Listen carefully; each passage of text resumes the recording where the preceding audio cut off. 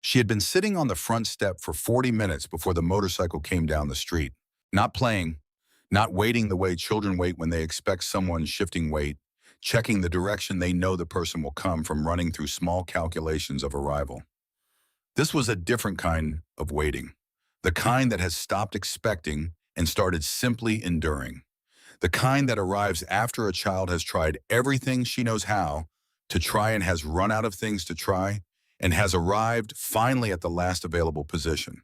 The front step, not the back, the front, the one that faced Hargrove Street, because Hargrove Street was where people passed, and passing people were at this point the only resource she had left. Her name was Della Briggs. She was 6 years old and 4 months. She weighed 44 pounds. She had her mother's dark hair cut in a bob that had grown past its intended shape over the fall, the left side always tucked behind her ear when she was thinking. She was almost always thinking. She was wearing her mother's coat. It was too large for her by several sizes. It pulled around her on the step and covered her hands entirely, and she sat inside it the way something small sits inside a shell, not comfortable but sheltered. The coat smelled like her mother, like the specific combination of her mother's soap and the cedar in the closet, and something underneath both of those things that was simply her mother that did not have a name. That Della had been breathing her whole life without ever thinking about it until the coat was around her and her mother was not. That was why she had taken it from the hook by the door and not her own. Her own coat was on the hook right beside it. She had stood in front of both coats for a moment that morning and made a choice that had nothing to do with warmth. The morning was cold. November in Knoxville, Tennessee, and the trees on Hargrove Street had given up their last leaves 2 weeks ago and stood now in the particular bare clarity of southern hardwoods. In late fall, their branches the sharp black of ink lines against a gray and formless sky. The oak in the front yard of number 119 was older than the house and larger than the house and threw its bare arms out over the roof in the yard and the iron gate at the end of the front path. And under it, the concrete step where Della sat was in shadow even though there was no sun to cast one. She had been watching the road since 8 that morning. The delivery truck had come at 8:32. She knew the time because she had looked at the clock on the microwave before she came outside the way her mother had taught her to do when she wanted to know how long something took. Keep track of when it starts, her mother said. Then you always know how long it's been. The delivery truck had stopped at the house 2 doors down, and the driver had gotten out with a package under his arm, and Della had gone to the end of the front path and waited at the gate, and when he came back to the truck, she said something to him. She said it loud enough. She was sure she said it loud enough. He looked at his phone. He got in the truck. He drove away. She went back to the step. The woman with the child came at 8:41. The dog was a large brown dog that pulled at its leash, and the woman was older, 60 or 70, and she was looking at her phone too, or looking at the dog, or looking at the middle distance of a person on a morning walk who has done this route enough times that the houses have stopped registering as places where things happen, where people live in the particular urgent way that people do when something is wrong inside. Della went to the gate again. She said something clearly using the words she had thought about while she was waiting, the ones that would explain what she needed to explain in the shortest possible time. The woman looked up, smiled in the distracted way of someone who has not quite heard but does not want to admit to it, and kept walking. Della went back to the step. 3 more cars came down Hargrove Street between 8:41 and 8:47. The school zone sign at the corner of Peachtree Lane was supposed to reduce speeds to 20 miles an hour, but most people on this street treated it as a suggestion before 8 in the morning and after the school day started when there were no children visibly present. All 3 cars came through at 30 or better. She stood up for each one. She went to the gate for 2 of them. Nobody slowed. She went back to the step. This was the arithmetic of the morning. 1 delivery truck driver who looked at his phone, 1 woman with a bun who smiled without hearing 3 cars that had their own destinations and their own urgencies, and a small girl at a gate who did not register as either. 5 attempts, 5 quiet failures. Not cruel, just absent, which is its own kind of failure. The kind that happens at scale every day, in every neighborhood, and that nobody means. And that accumulates anyway into something a child has to sit with on a cold step for 40 minutes while she waits for the next try. She had been sitting there for 40 minutes when she heard the motorcycle. She heard it before she saw it, The particular sound of a single large engine coming down a residential street and at low speed, not the aggressive oddle of something moving through traffic, but the measured, unhurried sound of an engine that has been told to slow down and has complied without complaint, that is holding itself at exactly the speed it has been asked to hold. It came from the direction of Peachtree Lane, which meant it had just passed the school zone sign. It was doing exactly 20 miles an hour. She stood up. She did not run to the gate. She walked, deliberately the way she did most things, with the specific quality of a child who has thought about something long enough that the action is already decided before the body performs it. She walked down the front path in her mother's coat that pulled around her feet and stopped at the gate and put her hands on the iron bars, one on each side, and looked at the street. The man on the motorcycle was large. That was the first thing. Large in the way that takes a moment to fully register. Not just tall, but built across the shoulders and through the chest in the manner of a man who has been doing physical work his entire adult life and whose body has recorded every year of it. He had a full beard, dark with a line of silver running through from his chin, and his forearms below the rolled sleeves of his canvas work jacket were thick and covered in ink that she could not read from this distance. He wore a cut over the jacket, a leather vest with patches on it. The Iron Road MC emblem on the back was made of thread and leather, and she could not read it from here, but she looked at it. She looked at everything she could see before she decided. He would have gone past her. He was not looking at the houses. He was looking at the road the way riders do on residential streets, tracking the intersections and the parked cars and the places where children and dogs emerge from between vehicles without warning. He was not looking at the houses, and he would have gone past her, except that she was at the gate, not on the step, at the gate with her hands on the bars, standing in her mother's coat that was too large for her and covered her hands entirely, and she was looking at him with the expression of a child who has used up everything she had except this. Not pleading, not performing, just standing with her hands on the bars with the full stillness of a child who has decided that this is the last try and who is putting everything she has left into the quality of the waiting. He saw her. He saw the coat first too large pulling around her feet, the sleeves covering her hands entirely, and then he saw her face, and then he saw the stillness of her, the specific quality of a child who is not distressed in the ordinary visible way, but in the older, quieter way that comes after distress has run its course and something steadier and colder has replaced it. He saw a child who had been waiting for a very long time and had decided that this moment was going to have to be it. He slowed, he stopped, he put the kickstand down. He came to the gate and he crouched down to her level. Not all the way to one knee, but crouching enough that his face was near her height, near enough that she did not have to look up. He had done this before with children, this specific adjustment, this deliberate reduction of his own size, because he had learned somewhere in the 52 years of being his particular size that the adjustment was not nothing, that it changed what a person could see in your face and what you could see in theirs. The word on the inside of his left wrist was at her eye level when he crouched. She looked at it. She read it twice. Patience. She looked at his face. She looked at the patches on his vest. She looked back at his face. She was doing something, not stalling, not afraid, but checking. The way she did most things deliberately, with the specific attention of a child who has learned that the quality of a decision depends on the quality of the information you bring to it, and that the information you bring to it depends entirely on how carefully you look. She said 5 words. They were not loud words. They were not said with particular emotion, not with the urgency or the trembling that the situation might have been expected to produce. They were said in the particular voice of a child who has passed through the urgent stage and the trembling stage and has arrived at the place where you simply state the fact that it has been true for 23 hours and wait to see what the person in front of you does with it. My mommy won't wake up. Cole Mercer had been riding down Hargrove Street at 20 miles an hour because he had been riding down Hargrove Street at exactly 20 miles an hour for 9 years, ever since the school zone sign went up at the Peachtree Lane intersection. He had been riding this cut-through since he first joined Iron Road MC and started going to the chapter house on Decatur Boulevard 3 or 4 times a week. And the school zone sign had gone up sometime in 2015 or 2016. And from that day forward, he had never been above 20 on this block. Not because anyone was watching, Not because he was particularly rule-following by nature, there were plenty of other rules he did not follow with great enthusiasm.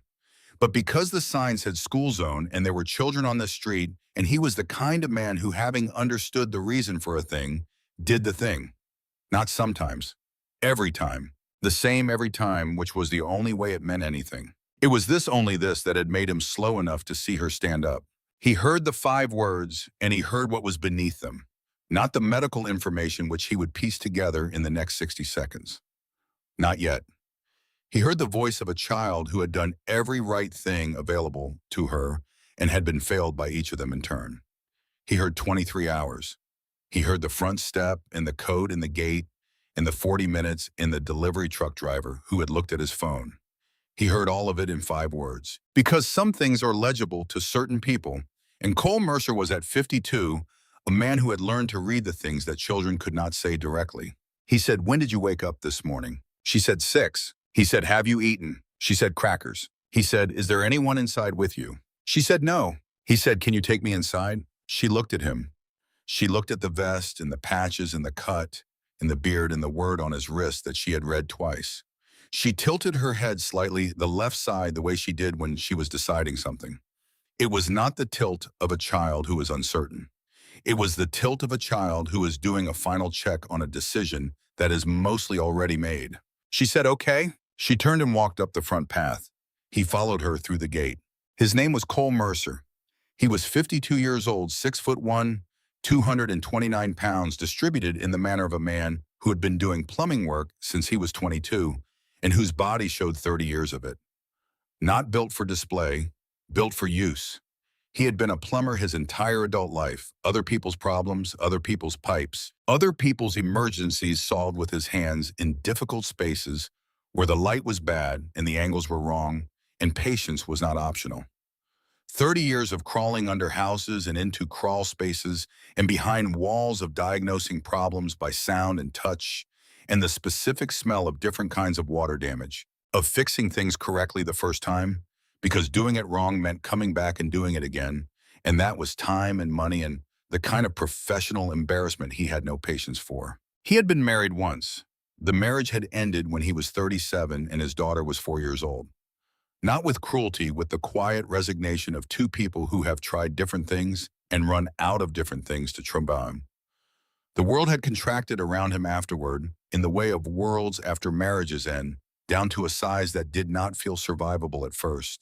And then with time, and the particular company of people who asked nothing of him beyond showing up, became survivable, and then became more than that. He had found Iron Road MC at 38. Not looking for it, it had found him through a man he met at a plumbing supply counter who rode and who saw something in Cole that Cole was not yet seeing in himself. He had been a member for 14 years, road captain for 4, vice president for the last 3. The chapter had 41 members, most of them in trades, plumbers, electricians, contractors, a couple of mechanics, a retired firefighter, and a teacher's aide named Walt Greer, who had been with the chapter for 12 years, and whose patience with people, with children in particular, was the thing that had drawn him to both the classroom and the club. The tattoo on the inside of his left wrist, patience in plain script, no flourish he had gotten in 2015. His daughter had been in the hospital. There had been a diagnosis with a long name and a shorter explanation, and he had sat in a waiting room chair for 11 hours, while doctors used words he could not fully follow and described outcomes in ranges that did not feel like real information, and answered his questions with the careful precision of people who have been trained to tell the truth without telling you everything. At the end of those 11 hours, he had understood that patience was not something he had ever truly practiced, and that it was the skill he needed more than any other, and that putting it on his body was the correct way to hold himself to it. He had gone to the shop that same week. The artist had asked if he was sure about the placement, the inside of the wrist, where it would always be visible, where he would see it every time he lifted something or turned a valve or reached for anything at all. He had said yes. He was sure. His daughter was fine now. She lived in Nashville. She called on Sundays and they talked about ordinary things, and some Sundays they talked for an hour and some for 20 minutes. And both kinds were good in different ways, which was itself something he had needed patience to arrive at. He followed Della through the front door of number 119 Hargrove Street, which was unlocked because she did not have a key and had been going in and out since the previous evening, and locking the door had not been a priority in the hierarchy of things she had been managing. The house told him what he needed to know inside the first 30 seconds. It was a single-story brick ranch, well-kept, the kind of house that a single person manages alone with sufficient pride and insufficient time, and you could see both in equal measure if you knew what to look for. The pride was in the specific organization, the hooks by the door with specific items on specific hooks, labeled in small letters on tape, nothing misplaced, everything returned to its assigned position by habit. The shoes paired on the mat in a deliberate order, not just placed but positioned. The kitchen visible from the hallway where the counters were clear, and the appliances were arranged with the logic of someone who cooks in a particular sequence and knows exactly where everything needs to be to support that sequence. The insufficient time was in the small things that had gotten away from her, a hinge on a cabinet that had started to sag and needed tightening, a water stain in the cabinet under the sink that had been there long enough to dry completely and lighten to a pale ring, the gutters visible from the front path, with their overflow of dead November leaves still there from the last storm. On the wall beside the kitchen door, there was a small chalkboard with the week's schedule written on it in two colors: blue for the mother, red for Della, and it showed Monday as a half day for school, and Tuesday as ballet, and Wednesday as library day, and Thursday as nothing, and Friday as grandma. Grandma was listed in red, in Della's color. He looked at the chalkboard for a moment longer than was strictly necessary for information gathering purposes. He looked at the two colors of chalk and the way the schedule was organized, not just by time, but by person, each person's days, in their own color, the whole week visible at once, in the way a family keeps track of itself when the family is small and the stakes of miscommunication are high. Someone had built this system deliberately. Someone had thought about what information needed to be where and how it needed to be presented so that everyone who needed it could find it at a glance. The board was current, the writing was fresh. Then he looked at the closet door down the hall, which was slightly open, and on the inside of it, he could see a large piece of construction paper taped at child height, covered in a grid of hand-drawn squares.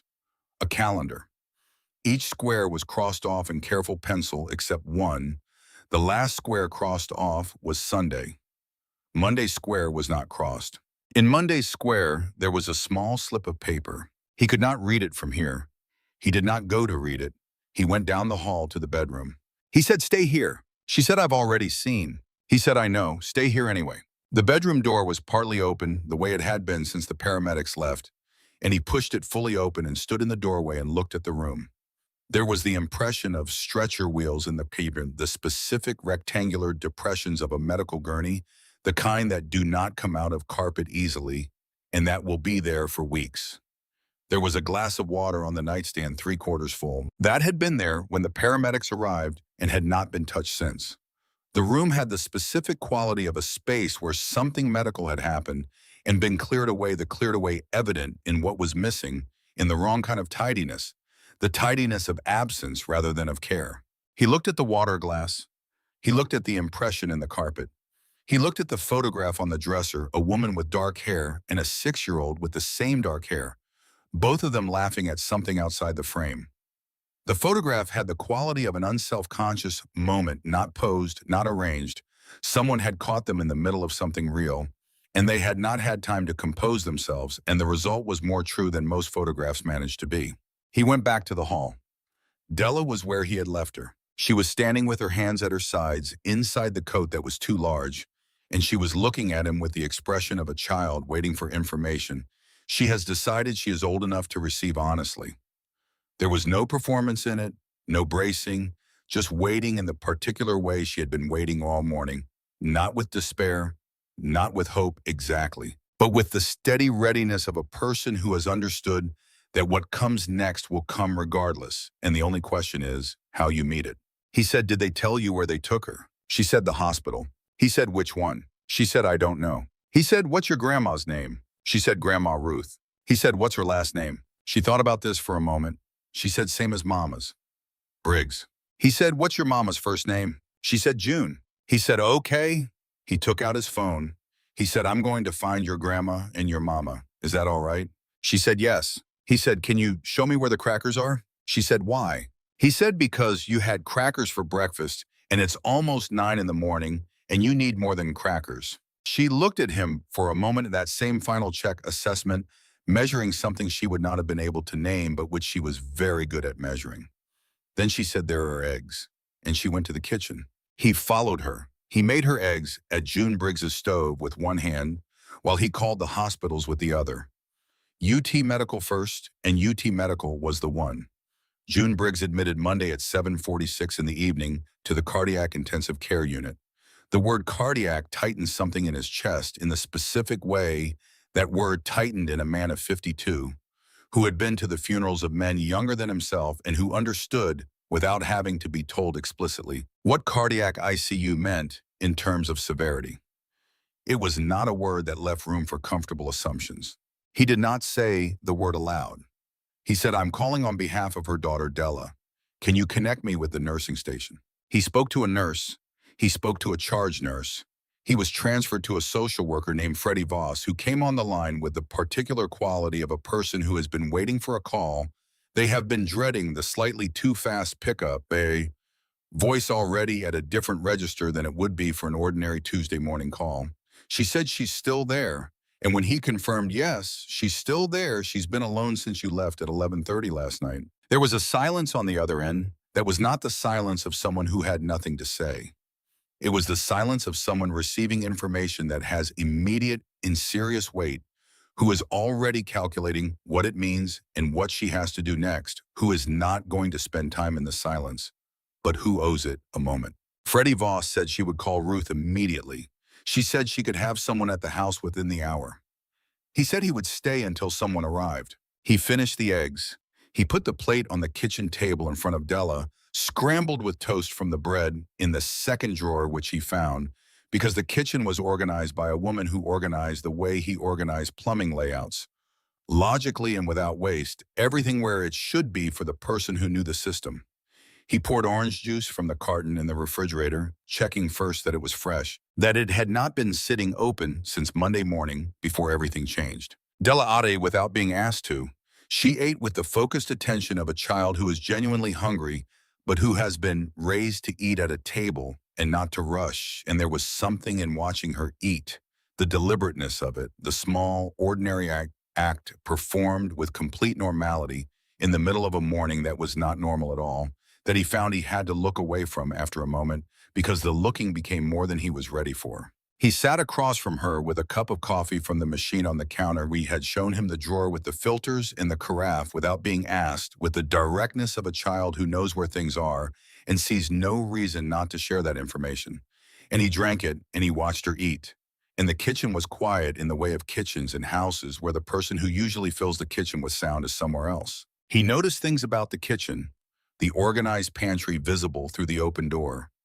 The children's drawings held to the refrigerator by a row of small magnets arranged by color. Someone had sorted the magnets by color deliberately, because this was the kind of house where that kind of deliberateness happened. A stack of library books on the corner of the counter with a sticky note on top that said "Return by the 22nd" in handwriting that was not Della's. The small pot of herbs on the windowsill above the sink, green and alive in the November window light, which meant someone was coming back to water them, and that someone expected this. She said, is she going to be okay? He said, I don't know yet. She looked at him. She said, that's what the paramedic said. He said, it's the honest answer. She considered this. Not briefly. She sat with it the way she sat with most things fully, without filling the space of the sitting with other things. Then she said, okay, and went back to her eggs. He said, what's in your pocket? She looked down at the coat. She felt the left pocket, then the right, then left again. She said, my word. He said, what word? She said, I pick a word every morning for the day, from the jar. Me and Mama made it last January. We sat at this table on a Sunday in January, and we wrote words on little pieces of paper. She wrote some, and I wrote some, and we folded them up and put them in the jar. Every morning I draw one without looking, and I put it in the square on the calendar. That's the word for the whole day. She paused. She said, I didn't pick one today. I forgot. Or I didn't forget. I just didn't. Things were different this morning. I was doing other things. He said what was yesterday's word. She reached into the coat pocket and took out a small square of paper. She unfolded it carefully the way you unfold something you have been carrying all day and have thought about many times during the carrying that has become warm from the heat of your body. She looked at it. She held it up so he could see. Brave. He looked at it. He looked at her. He said that was the right word. She said, I didn't feel brave. He said, you called 911. You waited all night. You went to the step. You stopped me. She said, I tried the delivery truck first. He said, you kept trying. She looked at the paper for a moment, reading it again. Even though she already knew what it said, the way you read something again when you are trying to understand it more completely than you understood it the first time. She said, that's what brave is. He said, that's what brave is. She folded the paper back up and put it in the coat pocket. She finished her eggs. She drank her orange juice down to nothing and set the glass back on the table with the care of a child who has been taught that glassware is not decoration. The kitchen was quiet again. At 9:12, he went to the front porch and sent a text to the Iron Road Emma chapter group, which went to 41 numbers. He stood on the porch with his phone in his hand and looked at Hargrove Street, bare-branched and gray-skied and quiet, in the Tuesday morning way of residential streets that have sent their children to school and their adults to work and have nothing left to do but wait for them to return. The street looked the way it always looked. Nothing about it announced that anything had happened here. The text said 6-year-old girl home alone since yesterday, mom in cardiac ICU at UT Medical, social worker coming but not here yet. I'm at 119 Hargrove. Come if you can. He put the phone in his jacket pocket and went back inside. He did not expect anyone to come. It was a Tuesday morning. The chapter members had jobs, schedules, commitments that had been in place before this text arrived and that did not disappear because of it. You do not send a text at 9 on a Tuesday and expect to see people at 9:30. He had sent it because it seemed like the right thing to do because the situation was larger than one person, because there was a child in a house that needed more than one person could supply, and because he had learned over 14 years in the chapter and over the 52 years before that, that doing the right thing and expecting a specific result were two separate transactions, and that performing the first without attachment to the second was the only way to do it correctly. He went back to the living room. Della had taken her plate to the sink without being asked. He could hear the water running for a moment, the small, deliberate sound of a 6-year-old rinsing a plate the way she had been shown. And then she came and sat on the couch. Not close to him, not touching, just beside him in the particular way of a child who has decided that proximity to a specific person is the correct position for right now, without needing to make more of it than that. She was not leaning on him. She was not seeking comfort in the demonstrative way of a child who needs to be held. She was simply locating herself near him the way you locate yourself near a warm wall when the room is cold, not because the wall does anything for you directly, but because the warmth is real and you know where it is. She picked up a book from the end table. Not from the beginning. She opened it to a page she had been on before, to a place she had been reading before Monday, before the whole world changed its shape. He sat beside her and looked out the front window at Hargrove Street. The book was thick for a first grader. He caught the title on the cover when she set it briefly on her knee to tuck the left side of her hair behind her ear. He did not comment on it.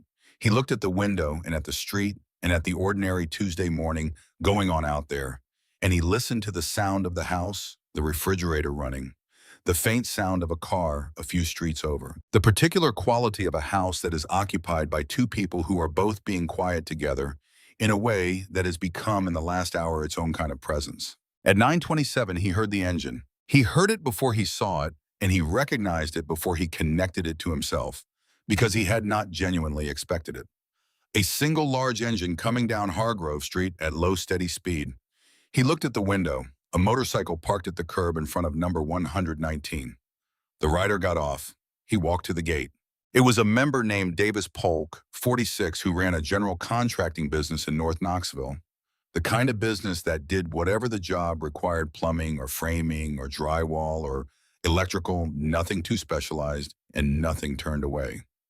He was at that moment supposed to be starting a job on the other side of the city. He was apparently starting late. Before Davis reached the front door, a second engine came down the street, then a third. Then two more together arriving from the same direction, having probably encountered each other at the Peachtree Lane turn and fallen into formation without deciding to the way riders sometimes do. Della heard them. She looked up from her book. She got up from the couch and went to the window. She stood at the front window of her mother's living room, and she looked at Hargrove Street, and Hargrove Street held 7 motorcycles parked at the curb in front of number 119 and 4 more coming down the block. She watched each one park. She watched each man get off. She watched them stand in the November morning with the patience of people who have arrived somewhere and intend to be present until the situation resolves. Not milling, not filling the sidewalk with noise and movement, just standing in the particular steady way of men who are good at waiting and who know, because they have had cause to learn it, that waiting done correctly is not nothing. It is something. It is sometimes the main thing. She counted them. She stood at the window and counted under her breath, touching her finger to the glass for each one, leaving small fog prints on the cold pane from the warmth of her fingertip. When she got to 14, she stopped counting. She turned around and went back to the couch and picked up her book and found her page. Cole watched her do this. He watched the window for a moment longer, 19 motorcycles now, all of them having come in at 20 miles an hour because the school zone sign was still valid at this hour. Every single one of them having slowed for the sign without being told, which said something about the people who had come. And then he watched Della settle back into the book with the specific quality of a person returning to a known and reliable place when the world outside has gotten to be too much, and he had to look away. They did not come to the door in a group. They came one at a time, the way you come when you know you are going to a house that has a child in it, and the child has had enough disruption, and the correct approach is not overwhelming. Cole let them in one at a time, and each man found his own way to be useful, which was how the chapter operated, not by assignment, not by direction, not by anyone standing at the front of a room and handing out tasks. By people reading what a situation needed and supplying it without being asked and without making anything of the supplying. Davis Polk found the leak under the kitchen sink that had been dripping for what the water stain in the cabinet suggested was at least 2 months. He fixed it in 25 minutes using tools from the kit in his truck. He was a general contractor, and a dripping faucet was not a complicated problem for a man who had been solving building problems his entire career. He fixed it the right way, replacing the washer and the seat both, because tightening what was already there was a temporary solution, and he did not do temporary solutions when permanent ones were available, and it was the same amount of time. He tested it 3 times after he closed everything back up. It did not drip. Walt Greer, who had taken a personal day from the school where he worked as a teacher's aide, came in and sat on the floor of the living room, not on the couch, the floor. He sat cross-legged about 4 feet from where Della was reading, and he said, "What's that one about?" Not "what are you reading?" Not "how are you holding up?" What's that one about the way you ask when you are genuinely curious and you want the other person to know it? Della explained it to him with the particular thoroughness of a child explaining something to an adult she has quickly determined is genuinely interested, which is the most detailed and unguarded explanation available. The one without simplification or performance, the one that assumes the other person can follow, and that stops to make sure they are following, and that goes back to fill in details that were glossed over when it becomes clear they were not as obvious as assumed. Walt listened to all of it. He asked questions that showed he had been following closely. She answered them at length. He asked a follow-up that required her to go back to an earlier section of the story, and she went back to it without impatience, as if revisiting an earlier part of a story for someone who needed the context was a perfectly natural and reasonable thing to do. This exchange went on for 20 minutes, which was 20 minutes during which Della Briggs was not alone with the silence of the house and not thinking about 6 o'clock or Lakeview Children's Center or the glass of water on her mother's nightstand that nobody had touched. A man named Curtis Boone pulled the leaves out of the gutters, which he had identified from the street as overflowing. He found the ladder in the garage. It was a standard extension ladder on 2 wall hooks, exactly where you would expect to find it in a well-organized garage. And he worked his way around the house methodically from the back to the front, clearing each section completely before moving on, checking the downspouts to make sure the flow was unobstructed, cleaning up after himself as he went, doing it the way he would do it at his own house. No differently, without comment. Two members named Fletcher and Raymond went to the grocery on Jefferson Avenue and came back 45 minutes later with bags, not a general supply run, but a specific one chosen by men who had between them 8 children and who knew what a household needed when the person who runs it is in the hospital and cannot run it herself.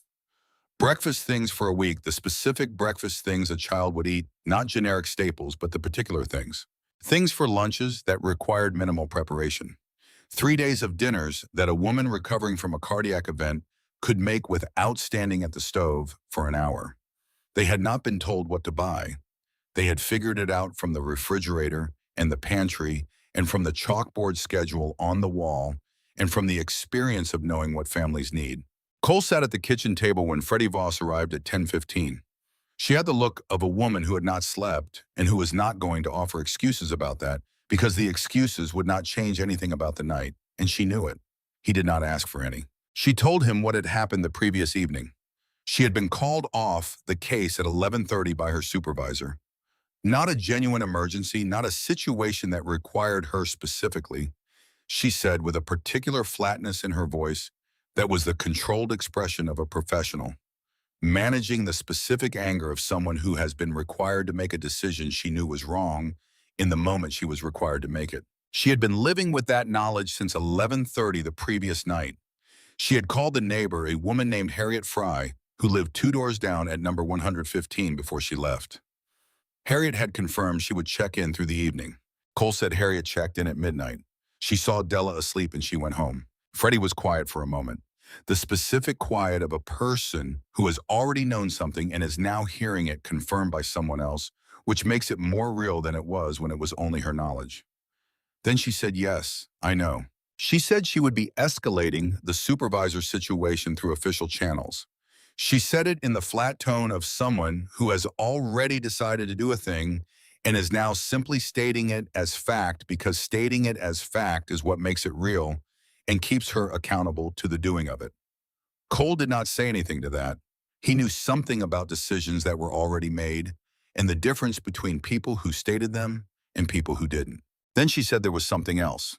She said it carefully. She said that when she pulled Della's file that morning, she had found a notation in the system, a flag marking the Briggs household as at risk. The flag had been entered 5 months ago by a data entry staff member named Gareth Foley, who had been processing a backlog of cases from a different district and had confused the Briggs file with another family of the same surname who had a documented history of neglect and intervention, a clerical error. A name collision in an overloaded system where the volume of cases made careful cross-referencing feel like a luxury no one had time for. Nobody had checked the entry after it was made. Nobody had caught it. It had been sitting in the system for 5 months, flagging a woman and her daughter as at risk when there was nothing at risk about them at all. Cole said, "What does the flag mean in practical terms?" Freddie said, "It means that if there is no appropriate guardian present by 6 o'clock this evening, DCFS protocol requires that Della be placed in temporary protective care pending a full family situation assessment." Cole said, "What does that look like for her specifically?" Freddie said the temporary placement coordinator would come and collect her. Take her to the Lakeview Children's Center on the north side. It's a good facility. Clean, safe, properly staffed. But it would mean she stopped. She looked at her hands on the table for a moment. She said it would mean she would not be in this house, not with her things, not with the calendar on the closet door. Cole looked at the calendar on the closet door. He could see it from the kitchen table. The door was open and the construction paper was visible, all those crossed off squares and the one that wasn't. The small slip of paper still sitting in Monday's square. He thought about a child who had been alone for 23 hours and had called 911 and waited and tried the delivery truck and tried the woman with the towel and tried 3 more cars and finally tried the man on the motorcycle and had been doing all of this with that word in her pocket the whole time. He said, "Where's Ruth right now?" Freddie said, "Chattanooga. She left about an hour ago. She should arrive around 5:15, 5:30 at the latest."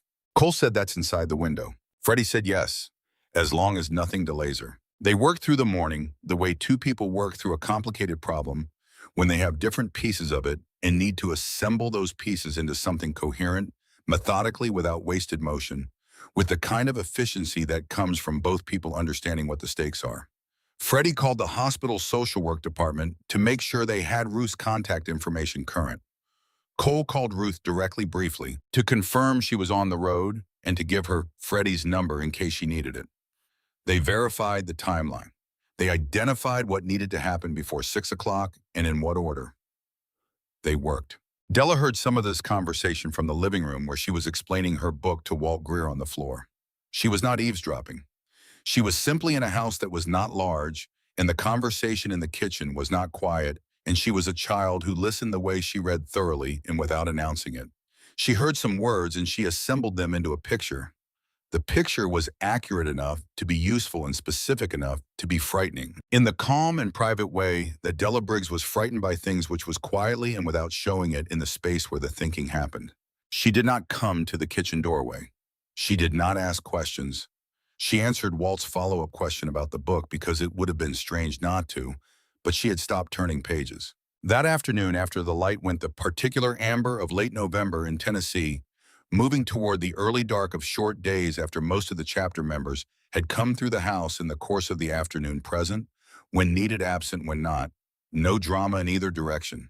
After Walt Greer stayed until 4, and Curtis Boone until 4:30, and Davis Pogue until he got a call he had to take, and left with a nod and no ceremony. Cole sat on the couch in the living room, and Della came and sat beside him. She said, "Will Grandma be here before 6?" He said, "That's what everyone is working on." She said, "What happens if she isn't?" He looked at her. She was looking at the calendar on the closet door, at the crossed-off squares in the uncrossed one, at the small piece of paper still sitting in Monday's square. She was not crying. She was not trembling. She was looking at the calendar with the particular calm of a child who has understood something clearly and is waiting to see whether her understanding is correct. He did not lie to her. He was not the kind of man who lied to children about serious things, and she was not the kind of child who would not already know the answer to the question she was asking. He said, "There is a person who will come and take you to a safe place to stay until your grandma gets there." She said, "Not here." He said, "Not here." She was quiet for a moment. Then she said, "Okay." She got up and went to her room. He heard a drawer open and close.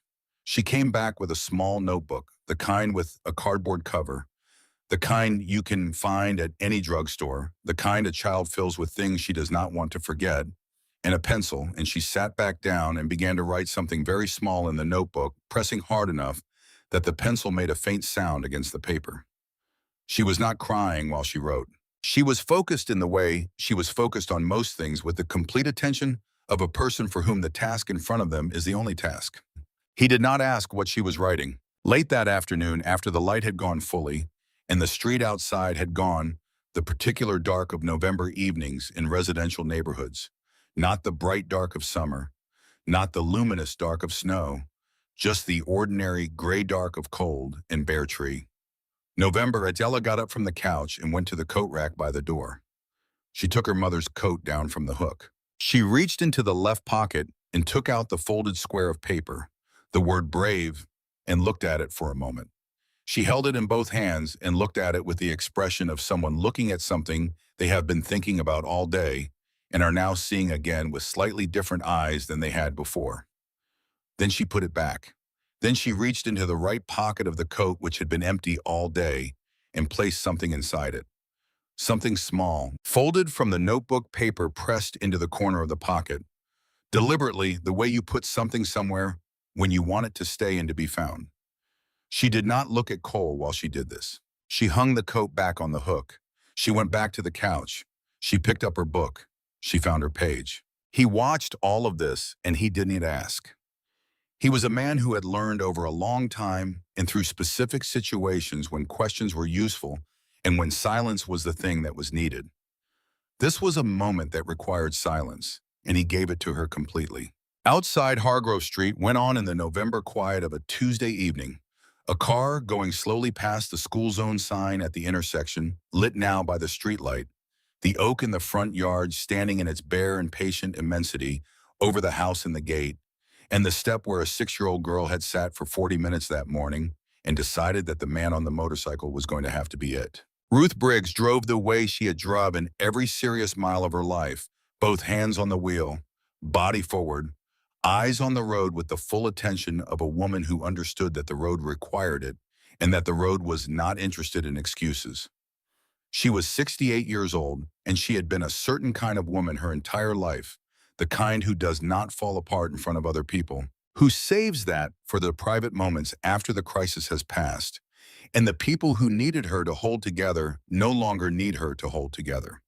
She had been this way since before she could remember being any particular way, since the years when she had 4 children under the age of 7, and a husband who traveled for work, and the holding together was simply what was required, and so she did it. She had driven from Chattanooga to Knoxville 114 times in the last 6 years ever since June moved north for the job at the architectural firm. She knew this stretch of the 75 the way she knew the rooms of her own house, every curve and grade, and the places where trucks slowed in bad weather, and the places where the light hit the road wrong in certain seasons, and the places where you could make up time if you needed to, and the places where trying to make up time was how you got yourself into trouble. She knew it well enough that she did not have to think about the driving, which meant she could not stop thinking about everything else. She had gotten the first call on Monday evening. She had talked to the nurse, and then to June's cardiologist, and then to Freddie Voss. And she had understood the situation with the thoroughness of a woman who processes frightening information by understanding it completely, because understanding it completely is the only way she knows how to be useful in the face of it. She had packed a bag with the efficiency of a woman who has packed emergency bags before and knows exactly what goes in them and in what order. She had set her alarm for 5 in the morning to drive up first thing.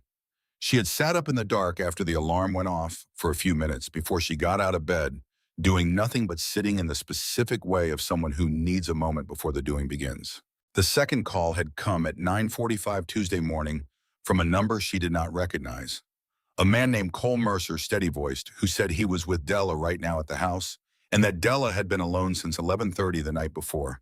He said it plainly and without accusation, just stating the fact the way you state facts when the fact is the thing that matters, and the feelings about the fact can wait for later. She had been in her car 8 minutes later. She called Freddie from the road. She got the information about the 6 o'clock deadline and the at-risk notation in the system, and the placement coordinator named Lena Marsh, who would come if Ruth was not there in time. Freddie said it quietly and carefully, and Ruth listened to all of it and said thank you and hung up and pressed harder on the accelerator and breathed through the number the GPS was giving her, 519 arrival, and held on to it the way you hold on to a fixed point when everything else is moving too fast to hold on to. Then the traffic stopped. The backup south of Lenoir City was the kind that appears without warning on a clear day, on a clear road when a truck has gone wrong somewhere ahead, and the information about the truck has not yet made it to the GPS systems that might have rerouted her earlier. She sat in the backup for 8 minutes before the GPS rerouted.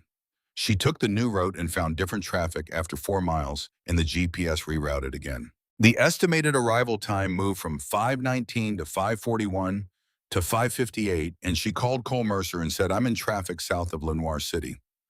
Tell me what 6 o'clock means exactly." He told her what 6 o'clock meant exactly.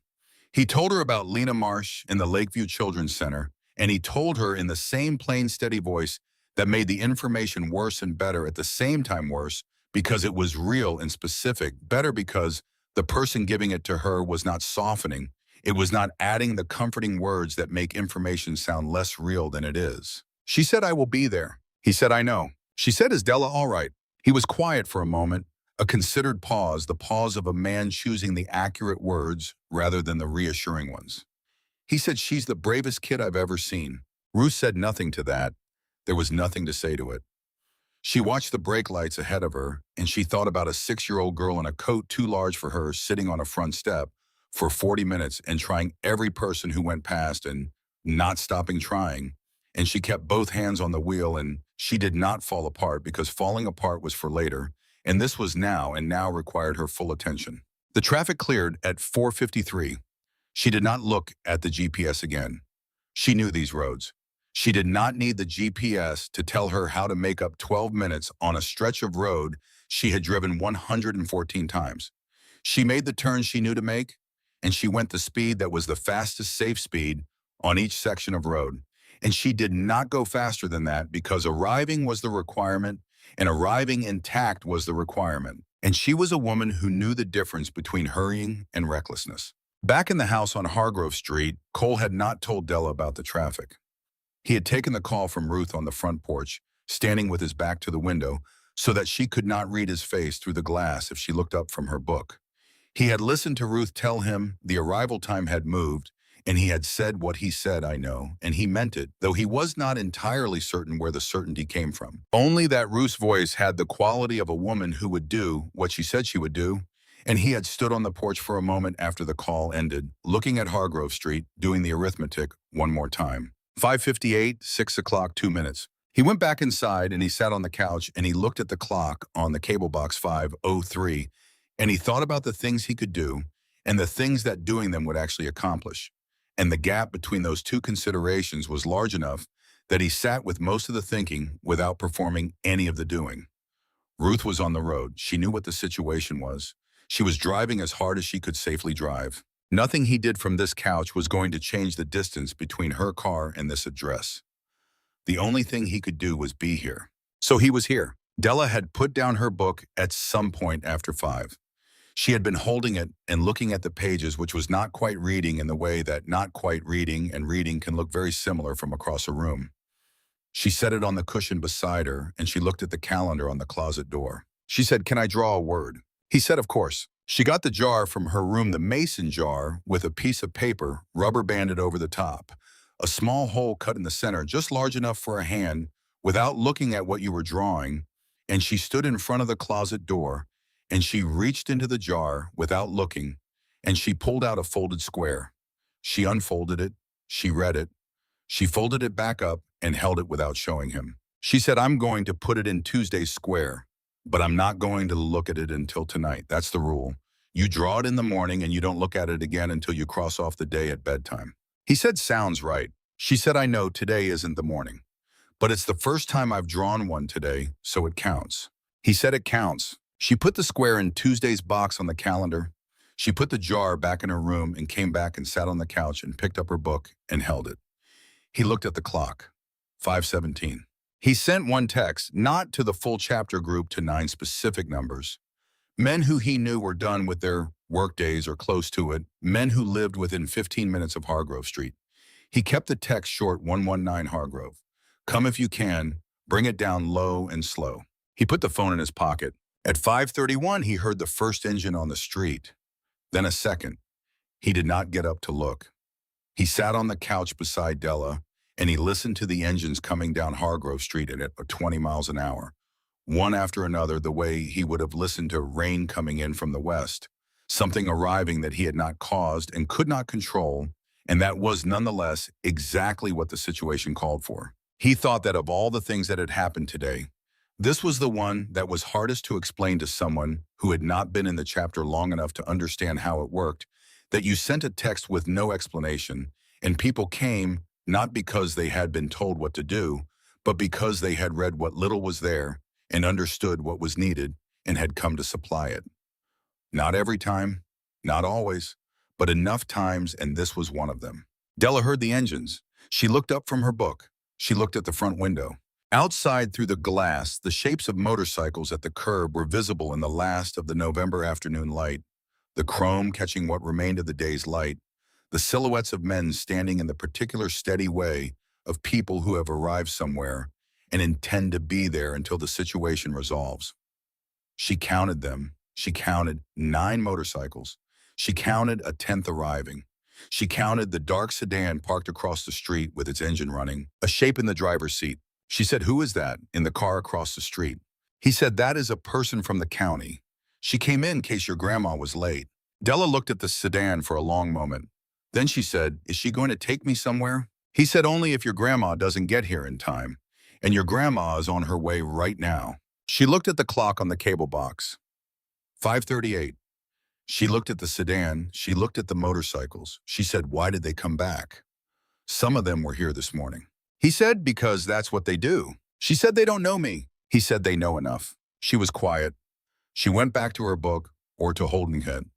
He watched the street and held himself in the particular stillness he had learned to hold himself in during the years when stillness was the skill required.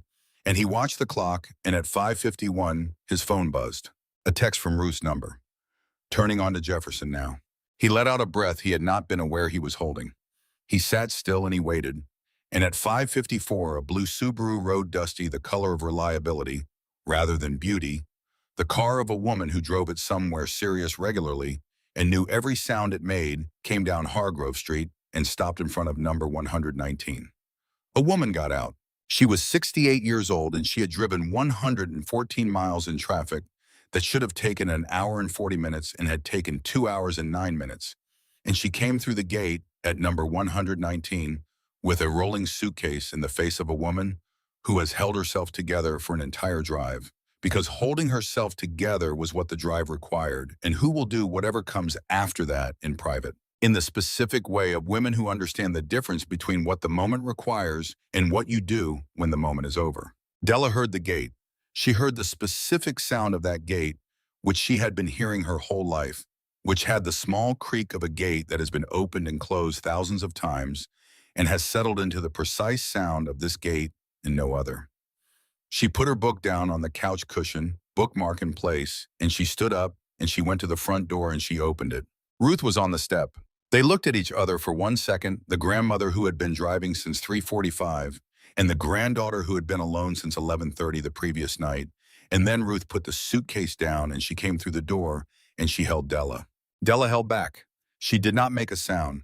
She put her face against her grandmother's shoulder and her arms around her grandmother's waist as far as they reached, and she held on with the full strength of a 44-pound child who has been holding herself together for 23 hours and who has done this without being asked to and without telling anyone she was doing it, and who can now finally stop.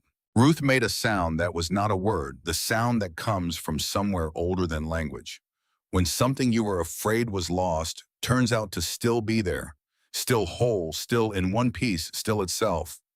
She held her granddaughter and she kept her eyes open because she had promised herself she would not fall apart in front of Della, and she was keeping that promise by focusing on the kitchen doorway, which happened to be where Cole Mercer was standing. She looked at him. She took him in the cut, the patches the size of him, the beard going silver at the chin, the word on the inside of his left wrist that she was too far away to read. She looked at the kitchen behind him, which was cleaner than she had left it in October. She looked at the faucet. June had mentioned that faucet every time they talked for 2 months. It was not dripping. Cole said nothing. He stood in the kitchen doorway and let her look. Inside the sedan across the street, Lena Marsh watched the blue Subaru pull up at 5:54. She watched the woman get out and go through the gate. She looked at her clock. She picked up her phone and called Freddie Voss to confirm arrival and to confirm that the confirmed arrival was at 5:54, which was 6 minutes before the deadline, which was within the acceptable window.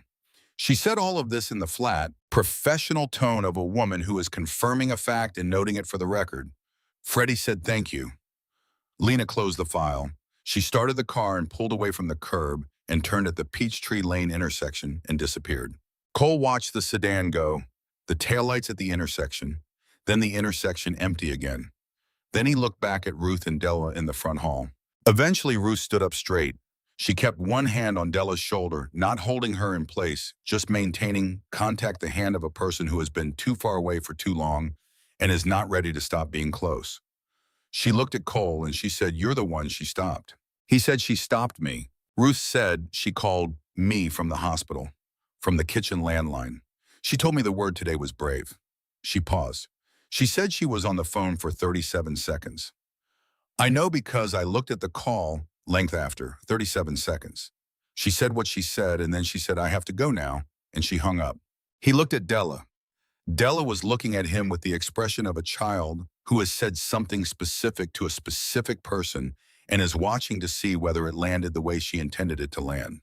He said it was the right word. Della looked at the calendar on the closet door. She looked at the Tuesday square with its small folded paper that she had drawn that afternoon and had not yet read. Then she looked at Cole and she said, "You should stay for dinner." He said, "Walt brought food. There's enough." She said, "I know. That's why I said it." Ruth looked at her granddaughter and then at the man in the kitchen doorway, and she said, "Please, stay." So he stayed. Dinner was the three of them at the kitchen table. The conversation was not about the hospital or the at-risk flag or the 6 o'clock deadline or any of the things that had composed the day. It was about other things, smaller things, the things you talk about when the large things have been gotten through and you are on the other side of them, and the other side turns out to be in the most ordinary and necessary way dinner. Della talked about her book. Ruth talked about the drive and the backup south of Lenoir City and the state route she had taken to get around it. Cole told her the exact turns he would have taken. She said she had taken that exact route, those exact turns. He said he believed it. She said, "You know this road." He said, "I've driven it a few times." She looked at him. She said, "Why?" He said, "It's a good road for a motorcycle when the weather is right." She nodded, as if this was the answer she had expected. After dinner, Della went to do the small rituals of bedtime, the things her mother had established, and she maintained without being asked because the structure was the structure, and the structure was one of the things that was still intact, and that being intact meant something right now, meant that some things were continuous and some things held even when other things did not. When she came back from brushing her teeth and changing into her pajamas, she went directly to the calendar. She picked up the pencil from the small cup on the shelf beside it. She crossed off Tuesday with a single clean diagonal line, neat and consistent, the same as every other day she had crossed off. Then she reached into Tuesday's square and took out the small folded paper she had drawn from the jar that afternoon. She unfolded it. She read it. She turned around and looked at Cole, who was still at the kitchen table with a cup of coffee that had gone cold while they were talking. She held up the paper so he could see it. The word was found. He looked at it. He looked at her. He did not say anything for a moment, the particular kind of not saying anything that is its own kind of answer that contains something real and specific that the person on the receiving end can feel even without words. She folded the paper back up and held it in her hand. She went to the coat rack by the door. She took down her mother's coat. She reached into the left pocket and took out the word brave, still there where she had returned it that afternoon after looking at it again. She held the two papers together in her hand for a moment, the brave and the found, the Monday and the Tuesday one she had not chosen and one she had drawn without looking. Then she put both of them in the left pocket of the coat together and hung the coat back on the hook. She came back and stood in front of Cole and she said, "Will you come back?" He said, "You want me to?" She said, "Mama won't know who you are when she comes home. She'll want to know about the faucet and the gutters and the groceries and Walt on the floor and all of it. Someone should tell her all of it." He said, "She will." She said, "So you should come back and tell her." He said, "I'll come back." She looked at him one final time with the full assessment, the tilt, the checking, the reading all the way through. Then she said, "Okay," and she went to bed. Ruth stood in the kitchen doorway watching all of this. She said she hasn't cried once today. Not in front of me. He said she cried tonight. After you got here, just for a minute. Ruth said, "I heard it." She said she found a word in the jar. He said, "Found." Ruth looked at the coat on the hook for a long moment. She said she called June at the hospital this morning. From the kitchen landline, before you were awake. The nurse told me when I called the hospital this afternoon to check on June's status. He said, "I know." Ruth said June signed the guardianship papers from her hospital bed so I could be here legally before the deadline. The cardiologist was reluctant. June told him, and the nurse told me this when I called. She told him my daughter is 6 years old and she called me from a kitchen landline. "Give me the pen." Cole looked at the faucet that was not dripping. He looked at the chalkboard on the wall where Friday still said Grandma in red chalk in Della's color. He said she's going to be fine. June and Della both. Ruth said, "I don't know how to thank you." He said, "You don't need to." She said 10 men stood outside this house in November, so a little girl could see them through a window and know the world had not entirely failed her. He said, "We just call it showing up." She said, "I know, that's the name I meant." He got up. He rinsed his cup at the sink with the faucet that Davis had fixed, and he put on his jacket and his coat, and he said goodnight to Ruth, and he went to the front door. He stopped at the coat rack. Not to take anything. He stood there for a moment looking at June's coat on the hook, at the left pocket where the two small papers were together now, brave and found, and he thought about a child who had drawn one of those words on a Monday morning before she knew what Monday was going to require of her, and who had been right about it. He went out the front door and down the front path and through the gate. He stood for a moment on Hargrove Street. The motorcycles were gone. The men had left through the evening quietly, one or two at a time, the way they had come. The street was empty and cold. The oak in the front yard of number 119 stood in the dark, its enormous bare arms visible against the streetlight glow, the same as it had been standing this morning when a girl in a coat too large for her walked to the gate and put her hands on the bars. He got on his motorcycle. He started the engine. He pulled out onto Hargrove Street at 20 miles an hour, the same as always, because the school zone sign was still there, and the reason for the thing was still the reason. He did not check his jacket pocket until he got home. He came through his own front door at 9:17 and he took off his jacket and he hung it on the hook by his door and he reached into the right pocket to take out his phone. He found his phone. He also found in the right pocket something that was not his phone.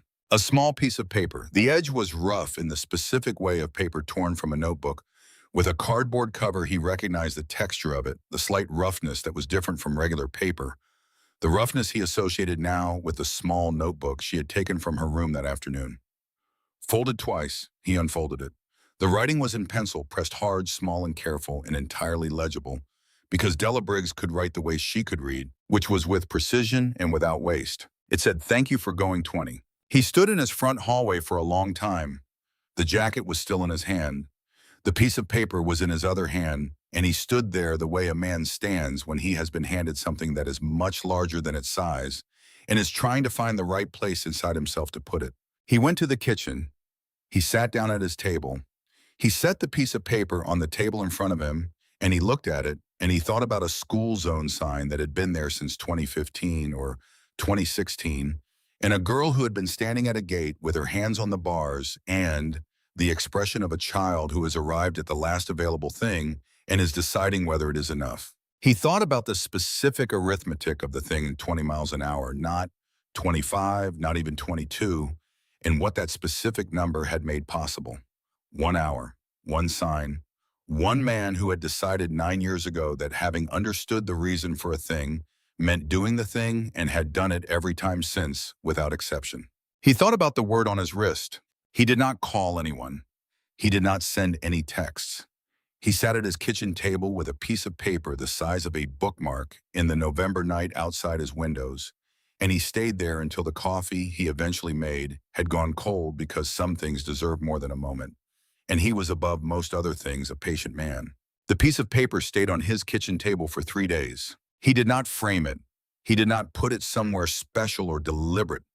He just did not move it, which was its own kind of keeping the kind that happens when you can't bring yourself to change the position of something that is exactly where it should be. Every morning he came down to make coffee and it was there small and precise on the table. And he looked at it the way you look at something that has said something true about you that you were not expecting to hear. On the 4th day, he folded it carefully, the same 2 folds she had made, and put it in the front pocket of his work shirt. Not the jacket pocket, the shirt pocket close to the chest, the kind of pocket a man puts things he wants to keep near him during the work that he wants to carry through the day without thinking about carrying. He kept it there for the rest of November. There were things about that Tuesday that Cole thought about later, not obsessively, not in the way of a man who cannot let something go, but in the way of a man who turns a thing over occasionally because it still has more to show him. He thought about the 40 minutes. Not about what the 40 minutes meant in terms of failure. There were other people for whom that accounting was the right and necessary exercise.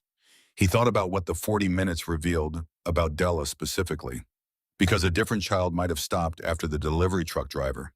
A different child might have gone back inside after the woman with the plane smiled without hearing.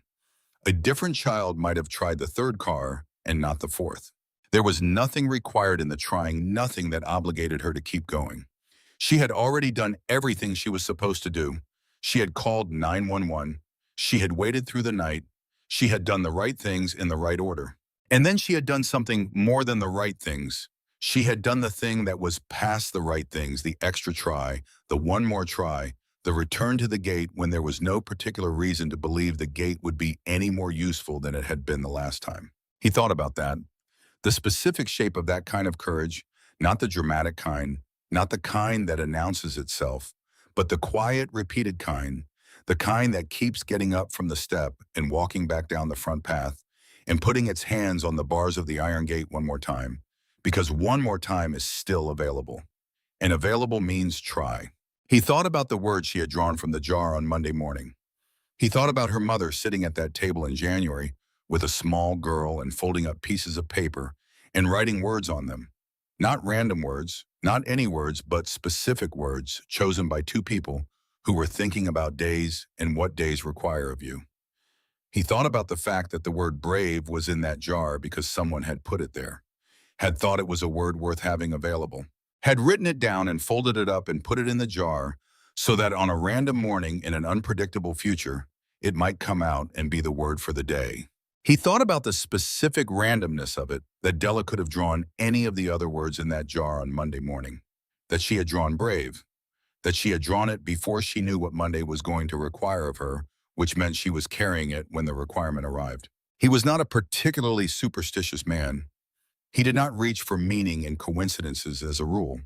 But he thought about this one sometimes because it was the kind of coincidence that behaved like more than coincidence. Not because the word had made her brave. He did not think that, but because she had already been what the word said she was, and the word in her pocket had been there to confirm it, at the moment when confirmation was the thing she needed. He thought about June Briggs, who had made a jar full of words with her daughter in January, and had thereby ensured that on a Monday in November, her daughter would have something in her pocket that told her she was something she needed to be. He thought about what you could not plan for and what you could. What planning looked like when you did not know what you were planning for. The chapter had a conversation about it in January at the monthly meeting. Not about the specific events of November, those were private, and Cole did not tell the chapter stories at chapter meetings, but a more general conversation, the kind that starts with one thing and finds its way to something adjacent, about the usefulness of being in trades, about what it meant to show up at a place and have the knowledge and the tools to fix the things that were broken, about the faucet and the gutters in the kitchen and what it meant to do those things for someone without being asked and without making anything of the doing. Walt Greer said the most useful thing I did was sit on the floor. A few people said they didn't follow. Walt said I didn't fix anything. I didn't have anything to fix. I sat on the floor and I asked about a book and she told me about it. That's what was available for me to do, so I did it. There was a pause. Someone said that doesn't sound like nothing. Walt said no. I don't think it was nothing, but it wasn't what I expected to be useful for. I expected to do something specific, fix something, move something, and instead what was needed was for someone to sit on the floor and listen to a kid talk about her book. And that turned out to be what I had. Cole said that's how it goes most of the time. Walt said I know. I'm getting better at knowing that before I arrive instead of after. Cole said the arriving is the thing. Walt said yes, the arriving is the thing. He thought about this conversation later in the year too. He thought about it when he was dispatched to a job in South Knoxville where a pipe had frozen and burst in an elderly couple's basement, and the water had been going for 6 hours before anyone noticed. He thought about it when he arrived and assessed the damage and fixed what needed to be fixed and stayed an extra 2 hours to help the couple move the things that had been damaged to a drier part of the basement and to call the restoration company and to make sure they understood what the restoration process would look like before he left. He had not planned to stay the extra 2 hours, but staying the extra 2 hours was what was available to do. The arriving was the thing. In March, Della wrote a report for school. The assignment was to describe a person she admired.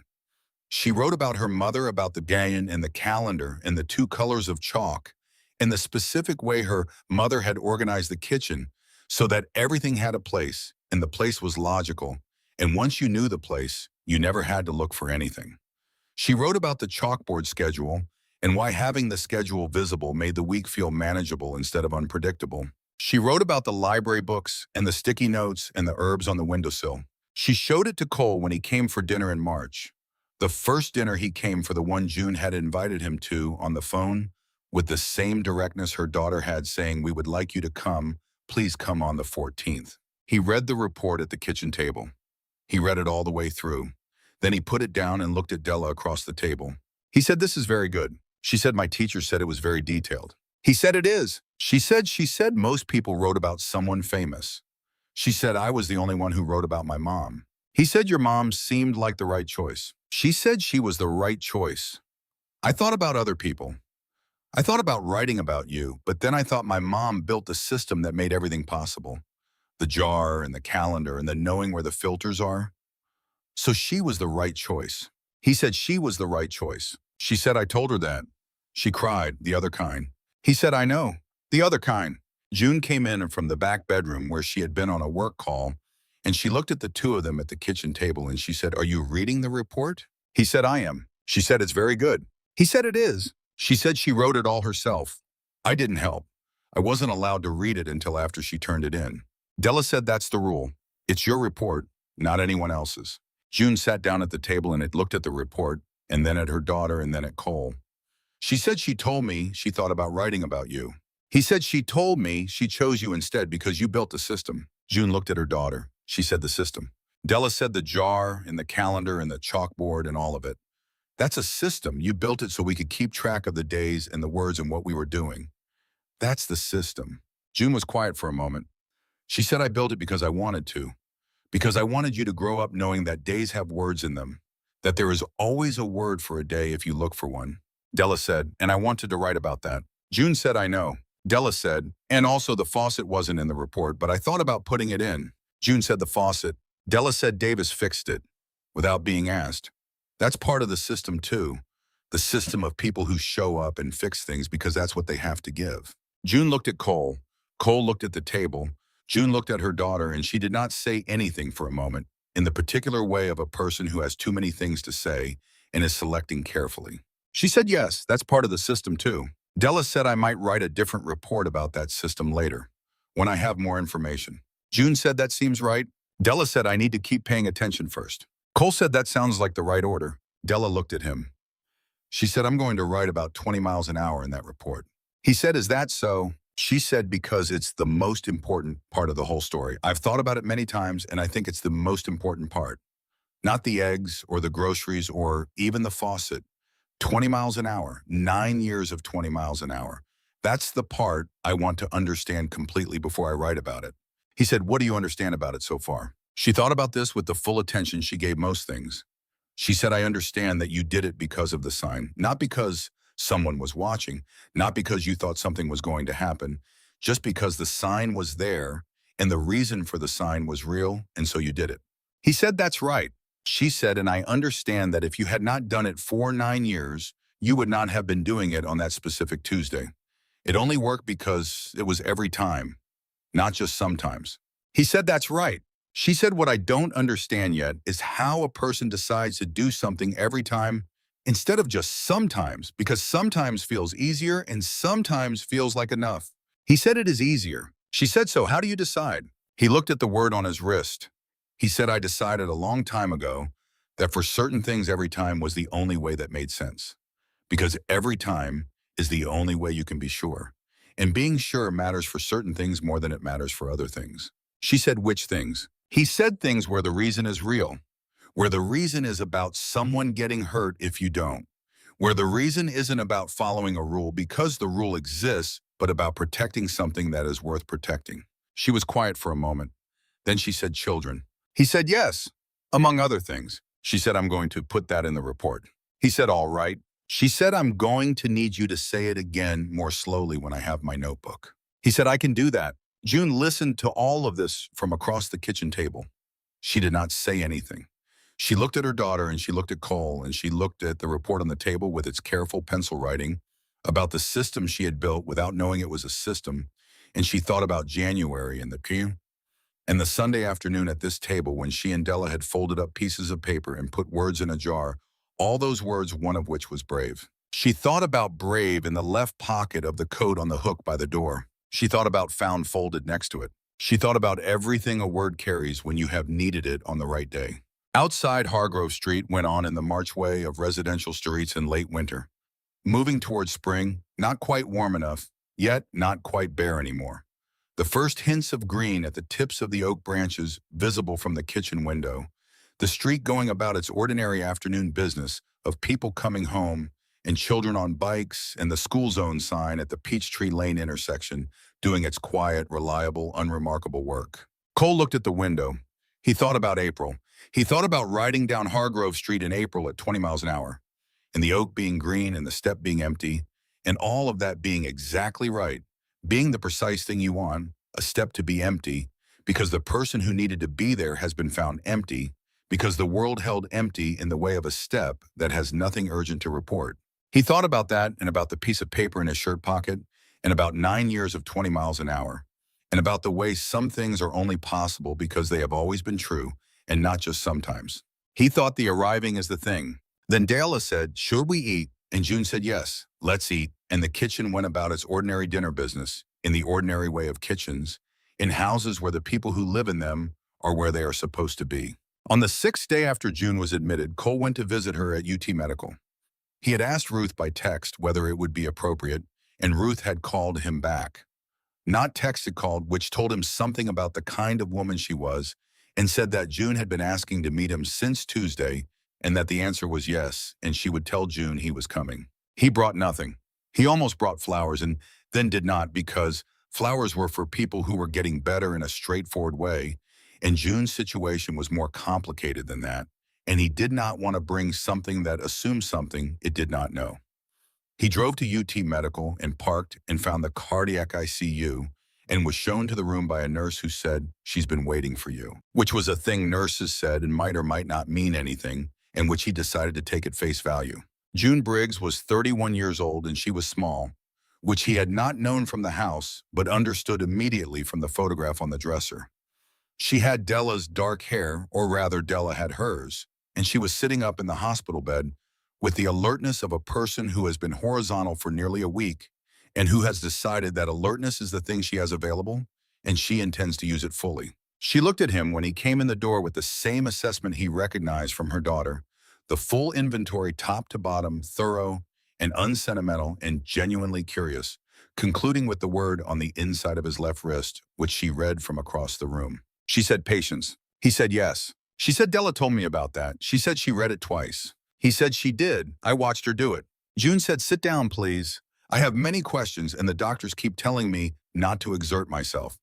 And I have decided that what they mean by exerting myself is physical, and that asking questions is the only thing I have been able to do for 6 days, so I intend to keep doing it."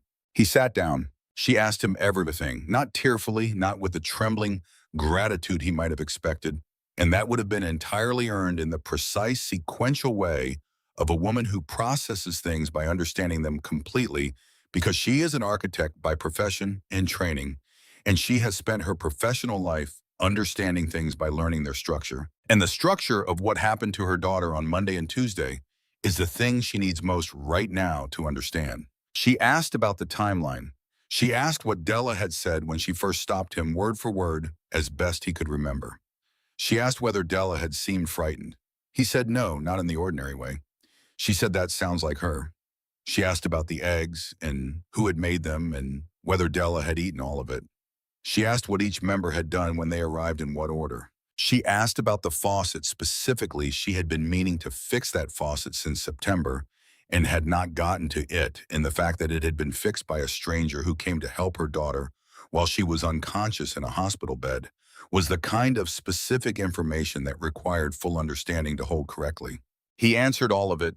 He did not embellish and he did not minimize. He told her about the school zone and the 20 miles an hour and why that number specifically and not any other. He told her about Della at the gate with her hands on the bars. He told her about the calendar and the word brave and the way Della had unfolded it and held it up so he could see it sitting across the kitchen table from him, eating scrambled eggs at 9 in the morning of the second worst day of her life. He told her about the text to the chapter and the men who had come and found their own work without being assigned it, and about Walt Greer sitting cross-legged on the living room floor, asking about the book with the genuine interest of a man who actually wanted to know. He told her about the piece of paper in his shirt pocket. She was quiet for a moment when he told her that part. She looked at the window at the view of the hospital parking structure that was the only view available from this room, which was not much of a view, which had been her view for 6 days. She said, "What did it say?" He said, "Thank you for going 20. June looked at the window for a long time. Then she said she's been writing in that notebook since she was 5. I thought it was just drawing at first. Then I realized she was writing words. Then I realized the words were sentences." She paused. She said she writes things she notices, things she wants to remember. She wrote last spring that the mail carrier always slows at a certain corner, even though there's no sign there. And she wondered if he'd been slowing there so long he'd forgotten there was no sign, or if he slowed on purpose because it was a good corner to slow down at. She was 5.5. He said she notices everything, June said, from the time she was very small. The way a room changes when someone leaves it. The way people carry themselves when they think nobody is watching. The difference between two kinds of quiet, She told me once when she was 4 years old that the library smelled like the inside of a promise. I did not know exactly what that meant. I have thought about it many times since. I think I understand it now, but I am not entirely sure. But I understood the moment she said it, that she was right. He said she's going to be more than all right. June looked at him. She said, I know. I have always known that. What I did not know and what I am still learning to hold is that people like your chapter exist. That was something that was out there in the world. He said most people don't know. She said she told me you were going exactly 20 miles an hour. She said it like it was the most important part of the story. Not the eggs, not the men who came, not the faucet, 20 miles an hour. He said it might be. She said you didn't have to stay all day. He said she asked me to. June put her hand over her mouth for a moment. She looked at the parking structure. She took her hand down. She said she doesn't ask people for things. She never has. Even when she was very small, she would figure out another way before she would ask. She would exhaust every available alternative before she would ask. He said, I know. She tried the delivery truck first. June was quiet for a long time. She was looking at the window at the parking structure, at something beyond or behind those things. Then she said, I need you to know, I need to say this, even if you don't need to hear it, I need you to know that she was not supposed to be alone. I had a plan. All the right numbers on the refrigerator. I had talked to Della about what to do in an emergency specifically more than once, and she knew. He said she was prepared. She did everything right. June said, I know. Everyone tells me that. Freddie Voss tells me that. Ruth tells me that. The cardiologist tells me that. And I believe it. I believe it entirely. And she paused. She said she sat on the front step for 40 minutes in my coat. He said yes. She said, I know it wasn't my fault. The cardiologist has explained the condition to me 4 times in 4 different ways, and I understand it each time, and I believe it each time. It is a congenital condition I did not know I had, and there were no symptoms that should have told me, and I could not have prevented it, and I could not have known. He said, and she said, and she sat on the front step for 40 minutes in my coat. He said, yes, she did. He did not tell her that it was all right. He was a man who had sat in a waiting room chair for 11 hours and had learned something true about the things that cannot be made all right, which is that they cannot be made all right. And the only honest response to that is to acknowledge it and to carry it and to let it change how you move through the world without letting it stop you from moving. He had the word on his wrist. He understood what it was for. He said she picked Brave out of a jar she made with you. In January, she carries it in a pocket. She puts it in a square and crosses it off at bedtime. That whole system, the 2 colors of chalk, the jar, the calendar, the crossing off at bedtime, the knowing where the filters are, the knowing how to call 911, the knowing how to wait. That's you. That's what you built. That held. June looked at him. He said the 40 minutes on the step that happened. The Karumandar and the words and the reading at breakfast and the knowing when to try one more time, that's what you built. That held the whole way through. June said she put Brave and Found in the coat pocket together. He said Ruth told me. She said, I'm going to leave them there. I'm not going to take them out. He said, that seems right. She said, when I come home, I want to meet everyone, all of them. I want Della to be able to put faces to the motorcycles. I want her to be able to say, that man fixed our faucet, and that man cleared the gutters, and that man sat on the floor and asked about my book. I want her to be able to name them. He said, I'll arrange it. She was quiet for a moment looking at the parking structure. Then she said the nurse came in on Tuesday morning. She said your daughter called, and the word today is Brave. She said I started crying before the nurse finished the sentence. I didn't know I was going to do that. The fact that she knew to do that, the fact that she found the number and called from the kitchen landline and said exactly the right thing without anyone telling her what the right thing was. He said, she said, you would know what it meant. June said I did know what it meant. I knew in the first second what it meant, and I asked for the pen. He said, I know. She said a 6-year-old girl called a hospital from a kitchen landline and sent one word to her mother, and her mother signed the papers that meant her grandmother could come legally before the deadline. She paused. She said Della did that. Not the social worker. Not you. Della. He said with some help. She said with some help. But she started it. She stood up from the step. He said she stood up from the step. On a Saturday in December, 3 days after June, Briggs came home from UT Medical. Cole Mercer sent a text to the Iron Road chapter group. It said June Briggs's home, 119 Hargrove Street. She wants to say thank you. Come by if you can. Noon to 3. 21 members came. They came the same way they had come on that Tuesday in November, one or two at a time, announced by the sound of engines coming down Hargrove Street at 20 miles an hour, parking at the curb in the particular orderly way of men who have been riding in groups long enough that even parking is coordinated without being directed. Ruth had made coffee. June had made food, more food than 21 people could reasonably eat, which was the instinct of a woman who has been fed by other people and understands at a cellular level that the only thing you can do with that kind of receiving is feed people back, even if the accounts of kindness do not balance that way and are not supposed to. Della opened the door for each person. She stood at the front door of the house on Hargrove Street, and she opened it when they knocked, and she looked at each face with the full inventory she gave to most things. To the ones she remembered, she said, I remember you with the specificity of a child who means the words she uses. To the ones she did not remember, she said, I'm Della Briggs, with the directness of a child who has been taught that your name is the first thing you give another person and that you give it clearly and without apology. She told each one which direction the coffee was in and which room her mother was in and whether there were still chairs available or whether they were going to be standing.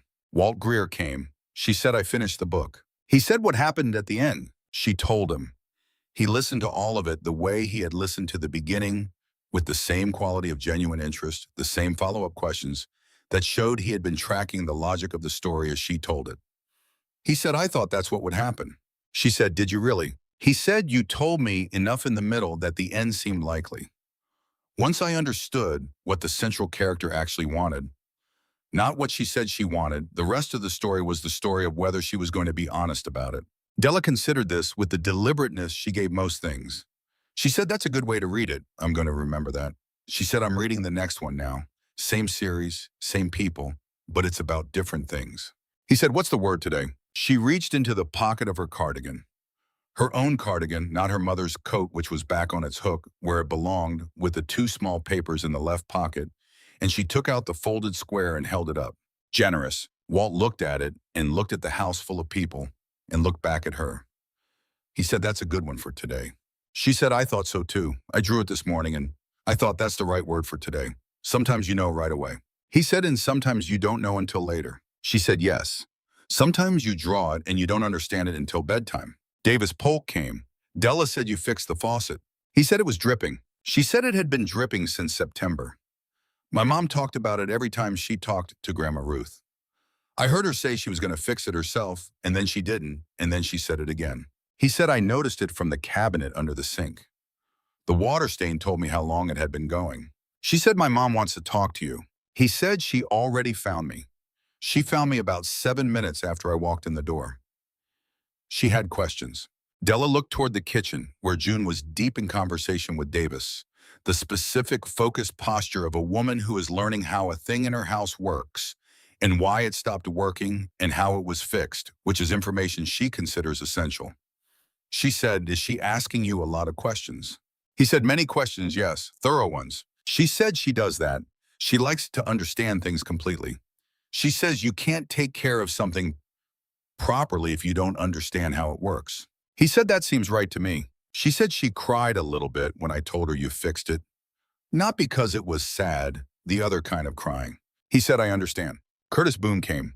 Della said you did the gutters. He said they were full. She said, I know. I could see from my bedroom window that they were overflowing when it rained. I told my mom and she said she was going to get to it.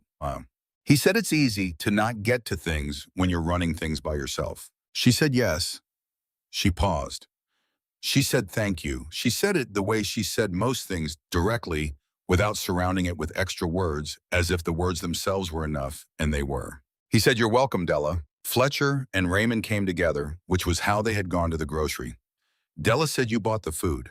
They said yes. She said my mom cried about the food too. She found out exactly what was in the refrigerator and what was in the pantry, and she said she cried in the pantry for about 2 minutes by herself before she came out and made breakfast. Raymond said that was the right response. She said, I think so too. At some point in the middle of the afternoon, when the house was full of the particular warm sound of people at ease with each other and with the place they are in, Not loud, not chaotic, the sound of people who know how to be present without overwhelming. Della came and stood beside Cole in the kitchen doorway.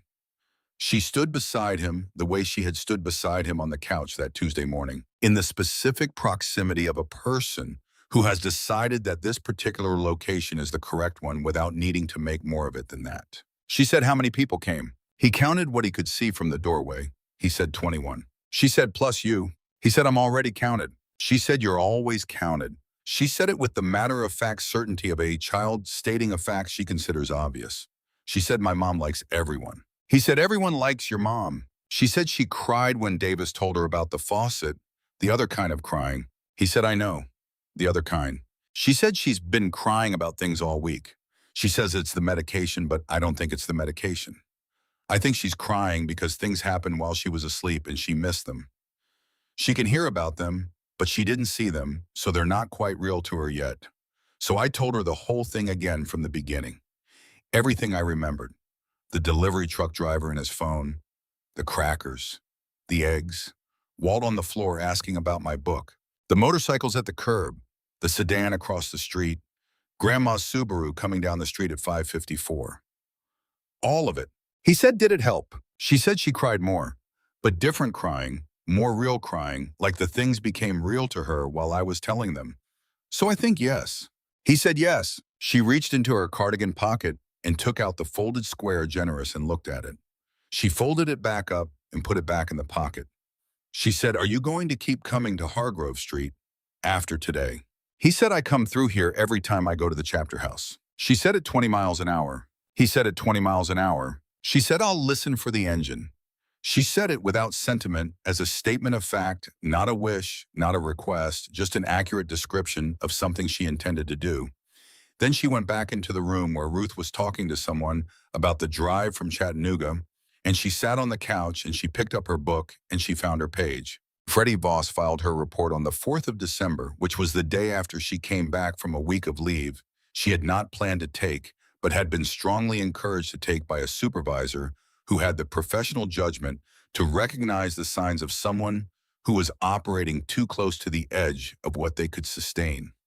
She came back from the week with the particular flatness of a person who has used the time to make decisions rather than to rest. And she sat at her desk and she wrote 4 pages.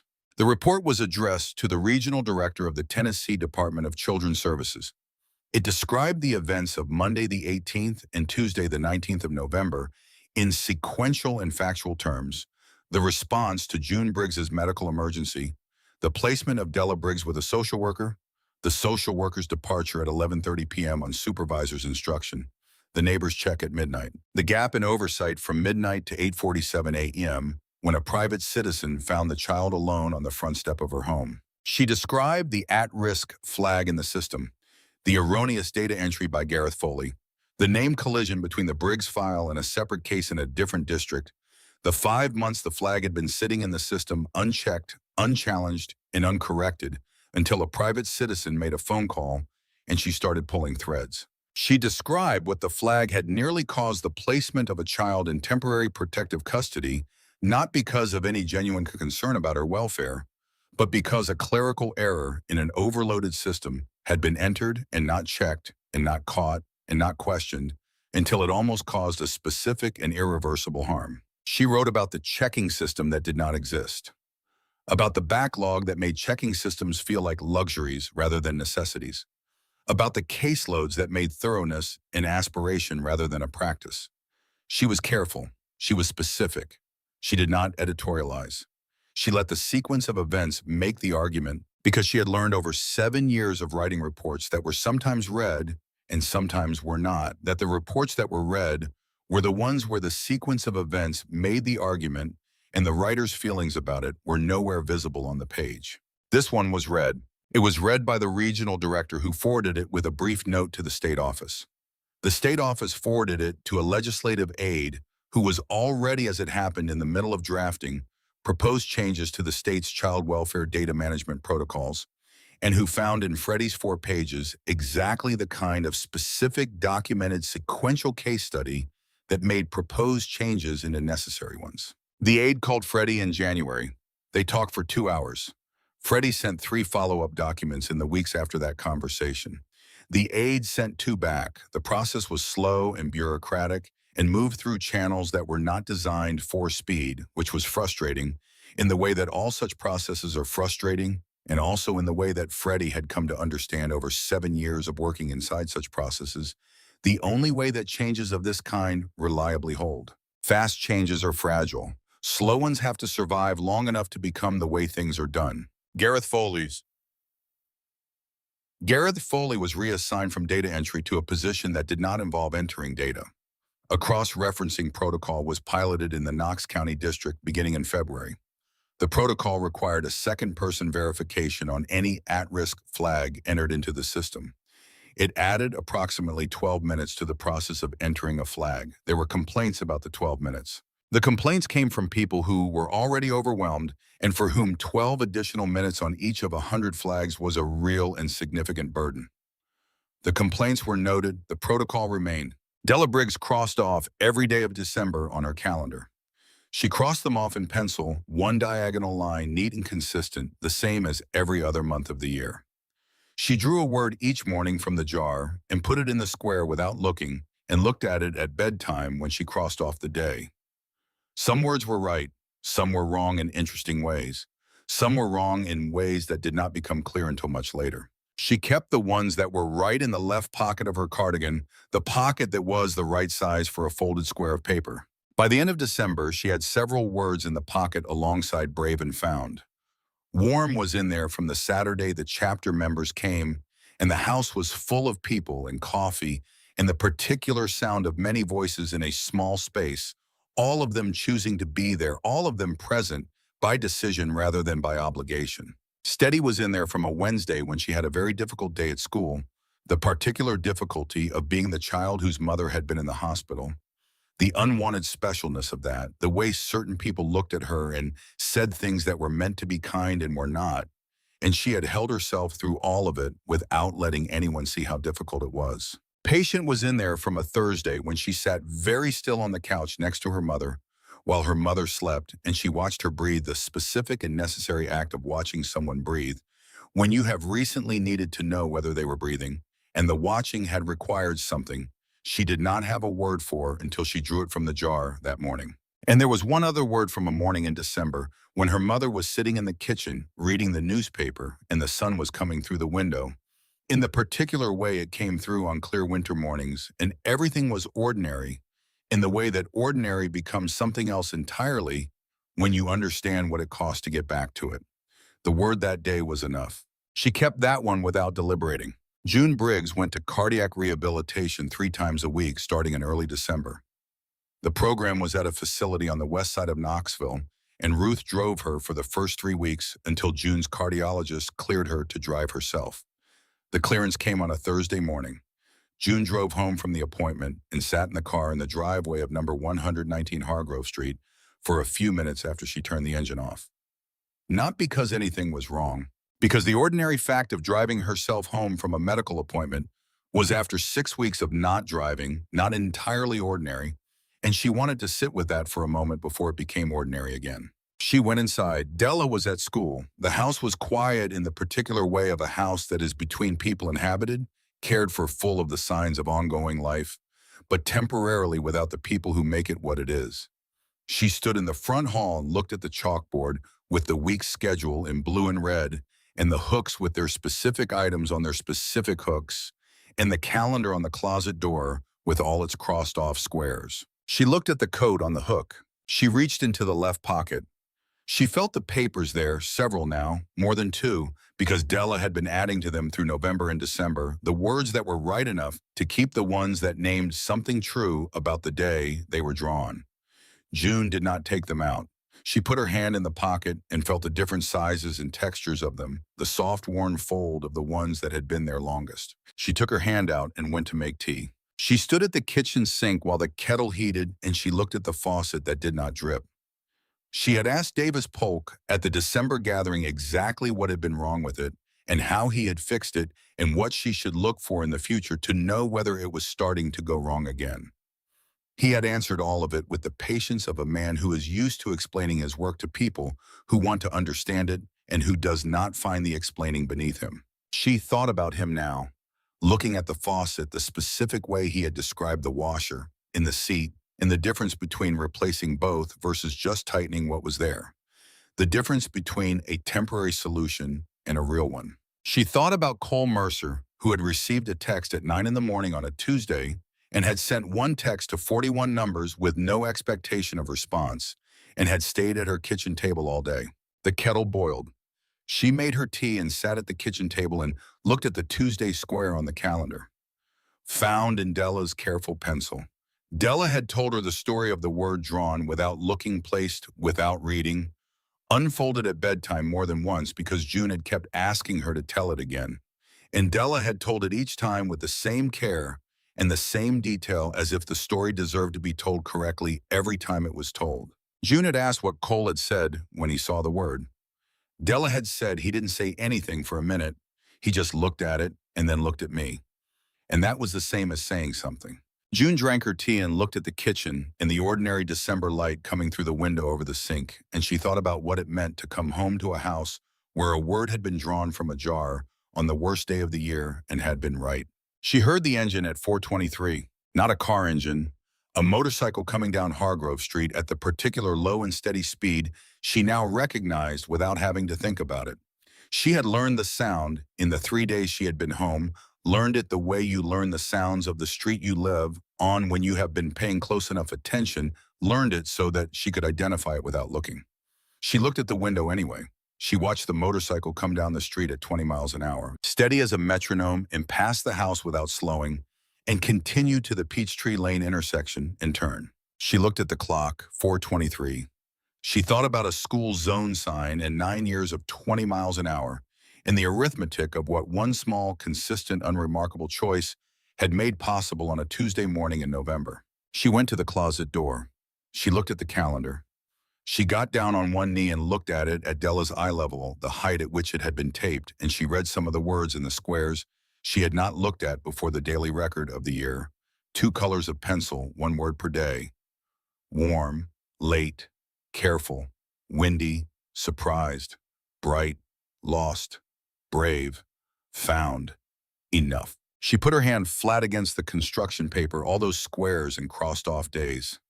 She stayed there for a moment on one knee on the hallway floor, with her hand flat against a year of words, and she let herself feel what she felt, without turning away from it, because she had learned in the last 6 weeks that turning away from things did not make them smaller. Then she stood up. She went back to the kitchen and rinsed her mug and heard the school bus stop at the end of the block at 3:15, which was when it always stopped, and she heard small footsteps on the front path, the specific sound of Della's footsteps, which she could identify by now, the way you identify the footsteps of the people you live with, and she heard the front door. Della came in the way she always came in, backpack first, then the door closing behind her, then the shoes coming off at the mat and being placed in the precise paired way she always placed them. She was halfway through taking off the second shoe when she looked up and saw her mother standing in the kitchen doorway. She said, "You drove yourself." June said, "I drove myself." Della looked at her with the full assessment, the inventory, the final check, the reading all the way through. She said, "How was it?" June said it was good. It was ordinary. It was exactly like driving anywhere else. Della said, "Good." She finished taking off her shoe and set both shoes on the mat. She set her backpack against the wall. She reached into her cardigan pocket and took out the folded square of paper and held it up so her mother could see it. It said home. June looked at the word. She said, "You drew that today." Della said, "I draw one every day." June said, "Was it right?" Della looked at the word. She looked at her mother in the kitchen doorway, in the house with the fixed faucet and the clear gutters, and the coat on the hook with its pocket full of kept words. She looked at the ordinary late afternoon light coming through the front windows, the way it came through every afternoon. At this time, the specific December light that was already going toward gold, even though it was not yet 4:30. She said yes. She put the paper back in her pocket. She went to the kitchen and sat at the table and got out her homework. June put water on for dinner, and the kitchen went about its ordinary business, in the ordinary way of kitchens in houses where the person who usually fills them with sound is home, and filling them with sound again. In the spring, Cole Mercer went to the Iron Road Chapter House on Decatur Boulevard for the annual equipment inspection. He went through everything methodically with his hands as much as his eyes, reading what touch could tell him that looking alone could not. He went through the mechanical room and the garage and the storage units and the equipment room at the back, the same order he always used, the same systematic attention he brought to every job. Because systematic attention was the thing that made you reliable, and reliable was the thing that made you someone people called when something was wrong. He came to the fitting that Dennis Holt had replaced in November, the one in the back equipment room that had been weeping slightly at the joint, not a crisis, but a problem that would become one if left alone. He crouched down and he ran his hand along the joint, reading it with his palm, the way plumbers read repairs, not with their eyes, but with the specific sensitivity of a hand that has spent 30 years learning the language of what holds and what does not, what is solid and what is pretending to be solid, what will hold through the next season and what will fail in the cold. Dry, solid. The joint is sitting flush and tight in the way of a fitting replaced correctly with the right part in the right way by a man who had been paying attention when Cole explained something in 2019 about the difference between a patch and a real repair and what the difference costs you in the long run. He stayed crouched for a moment with his thumb on the fitting. He ran his thumb along it one more time. Then he stood up and moved on to the next one because that was the correct response to a thing that was holding the way it was supposed to hold. You confirmed it and you moved on without comment, without ceremony, because the next fitting required the same attention as this one and the one after that, and the work did not end, and the checking did not end, and there was nothing more to say about a thing that was holding than that it was holding. He drove home along Hargrove Street in the early April morning. The school zone sign was at the Peachtree Lane intersection, same as always. Same pole, same reflective lettering, same position relative to the sidewalk and the intersection it was protecting. He brought the bike to 20 miles an hour at the sign the same as always, the same as the first time he had driven down the street after the sign went up, and the same as every time in the 9 years since. The street went past in the particular way of a residential street in early spring, the first green of the season coming in on everything, the gray and bare of November becoming memory, the oak at number 119, breaking into leaf at the tips of its branches, the first small leaves pale and new, at the ends of the enormous arms that had been bare all winter. The gate was closed at the end of the front path. The step was empty in the morning. Nobody at the gate, nobody needing him to stop. That was exactly as it should be. And he continued to the intersection and turned, and Hargrove Street went on behind him, the oak filling slowly back in with its spring green, the house at number 119 going about its Tuesday morning in the ordinary way of houses where the people who live in them are where they are supposed to be.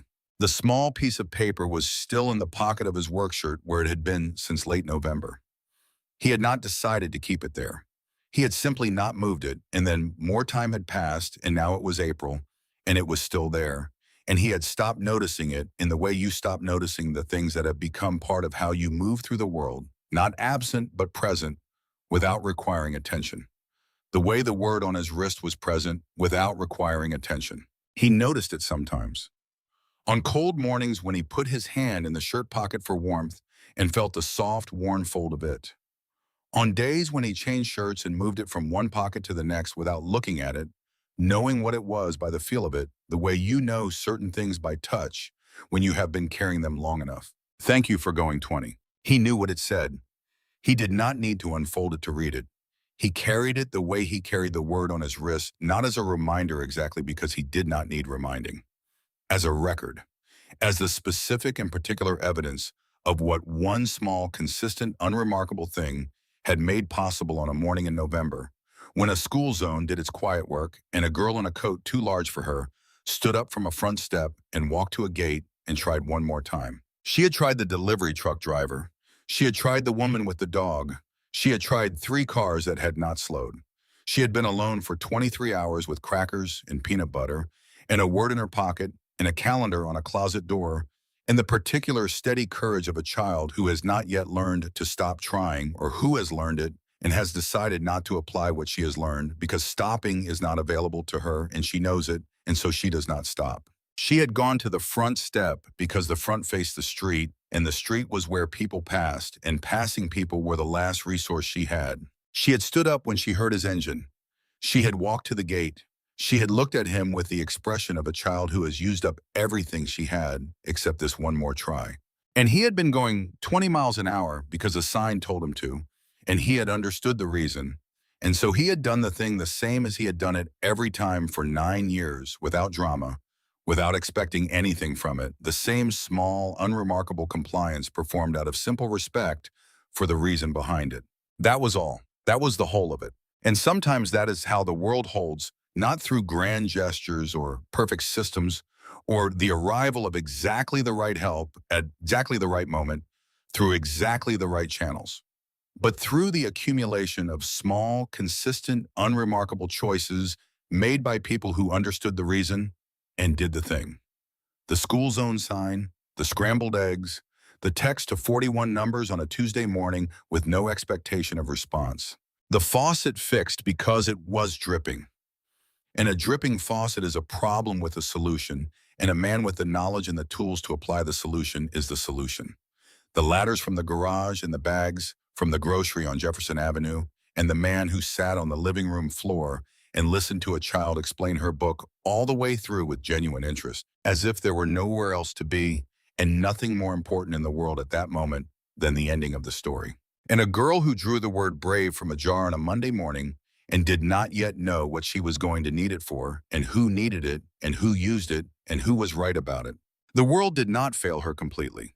It failed her in the ordinary way it fails people, imperfectly, incrementally, through the accumulation of small oversights and absences and failures.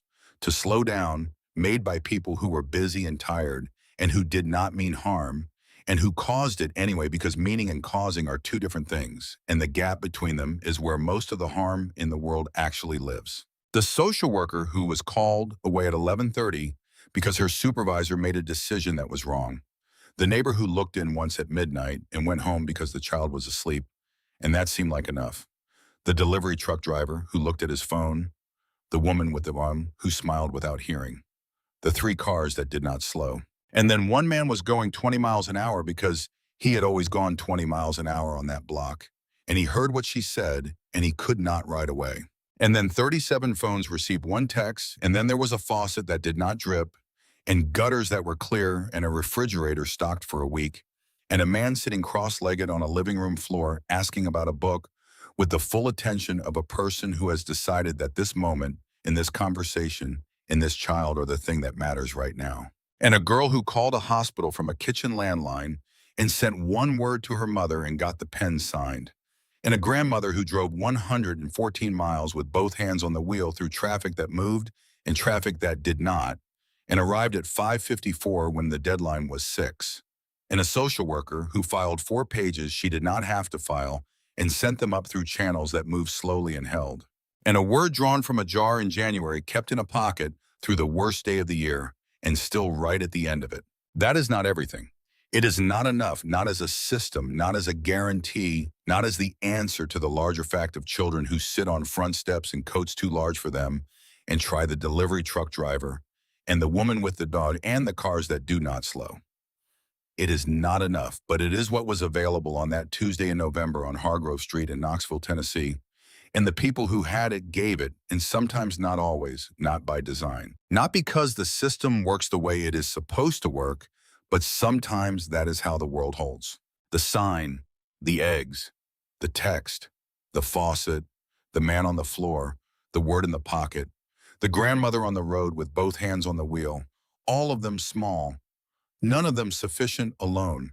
Together on that particular Tuesday, the thing that held. And a 6-year-old girl who had a jar full of words and a calendar on a closet door, and the specific unconquerable habit of trying one more time, who gave it to herself, which is the hardest kind of giving, the kind that has to come from inside when everything outside has already been tried. She stood up from the step, and it was enough. He drove home from that March dinner along Hargrove Street at 20 miles an hour. The school zone sign was there the same as always. The street was quiet in the early evening way of residential streets, when dinner is being cleared and the day is winding toward its end. The oak at number 119 was just beginning to show green at the tips of its branches, the first faint color of the season coming back into the bare wood. He went through the intersection at Peachtree Lane, and the street went on behind him. He thought she is going to write a report about 20 miles an hour. He thought she is going to understand it completely before she writes it. He thought that is exactly the right order. He rode home through the March evening with the piece of paper in his shirt pocket and the word on his wrist in the particular steadiness of a man who has arrived at the right pace for the street he is on and intends to maintain it. The sign was always there. The reason was always real. The doing of the thing was always the same. Every time. That was all it was, and that was the whole of it.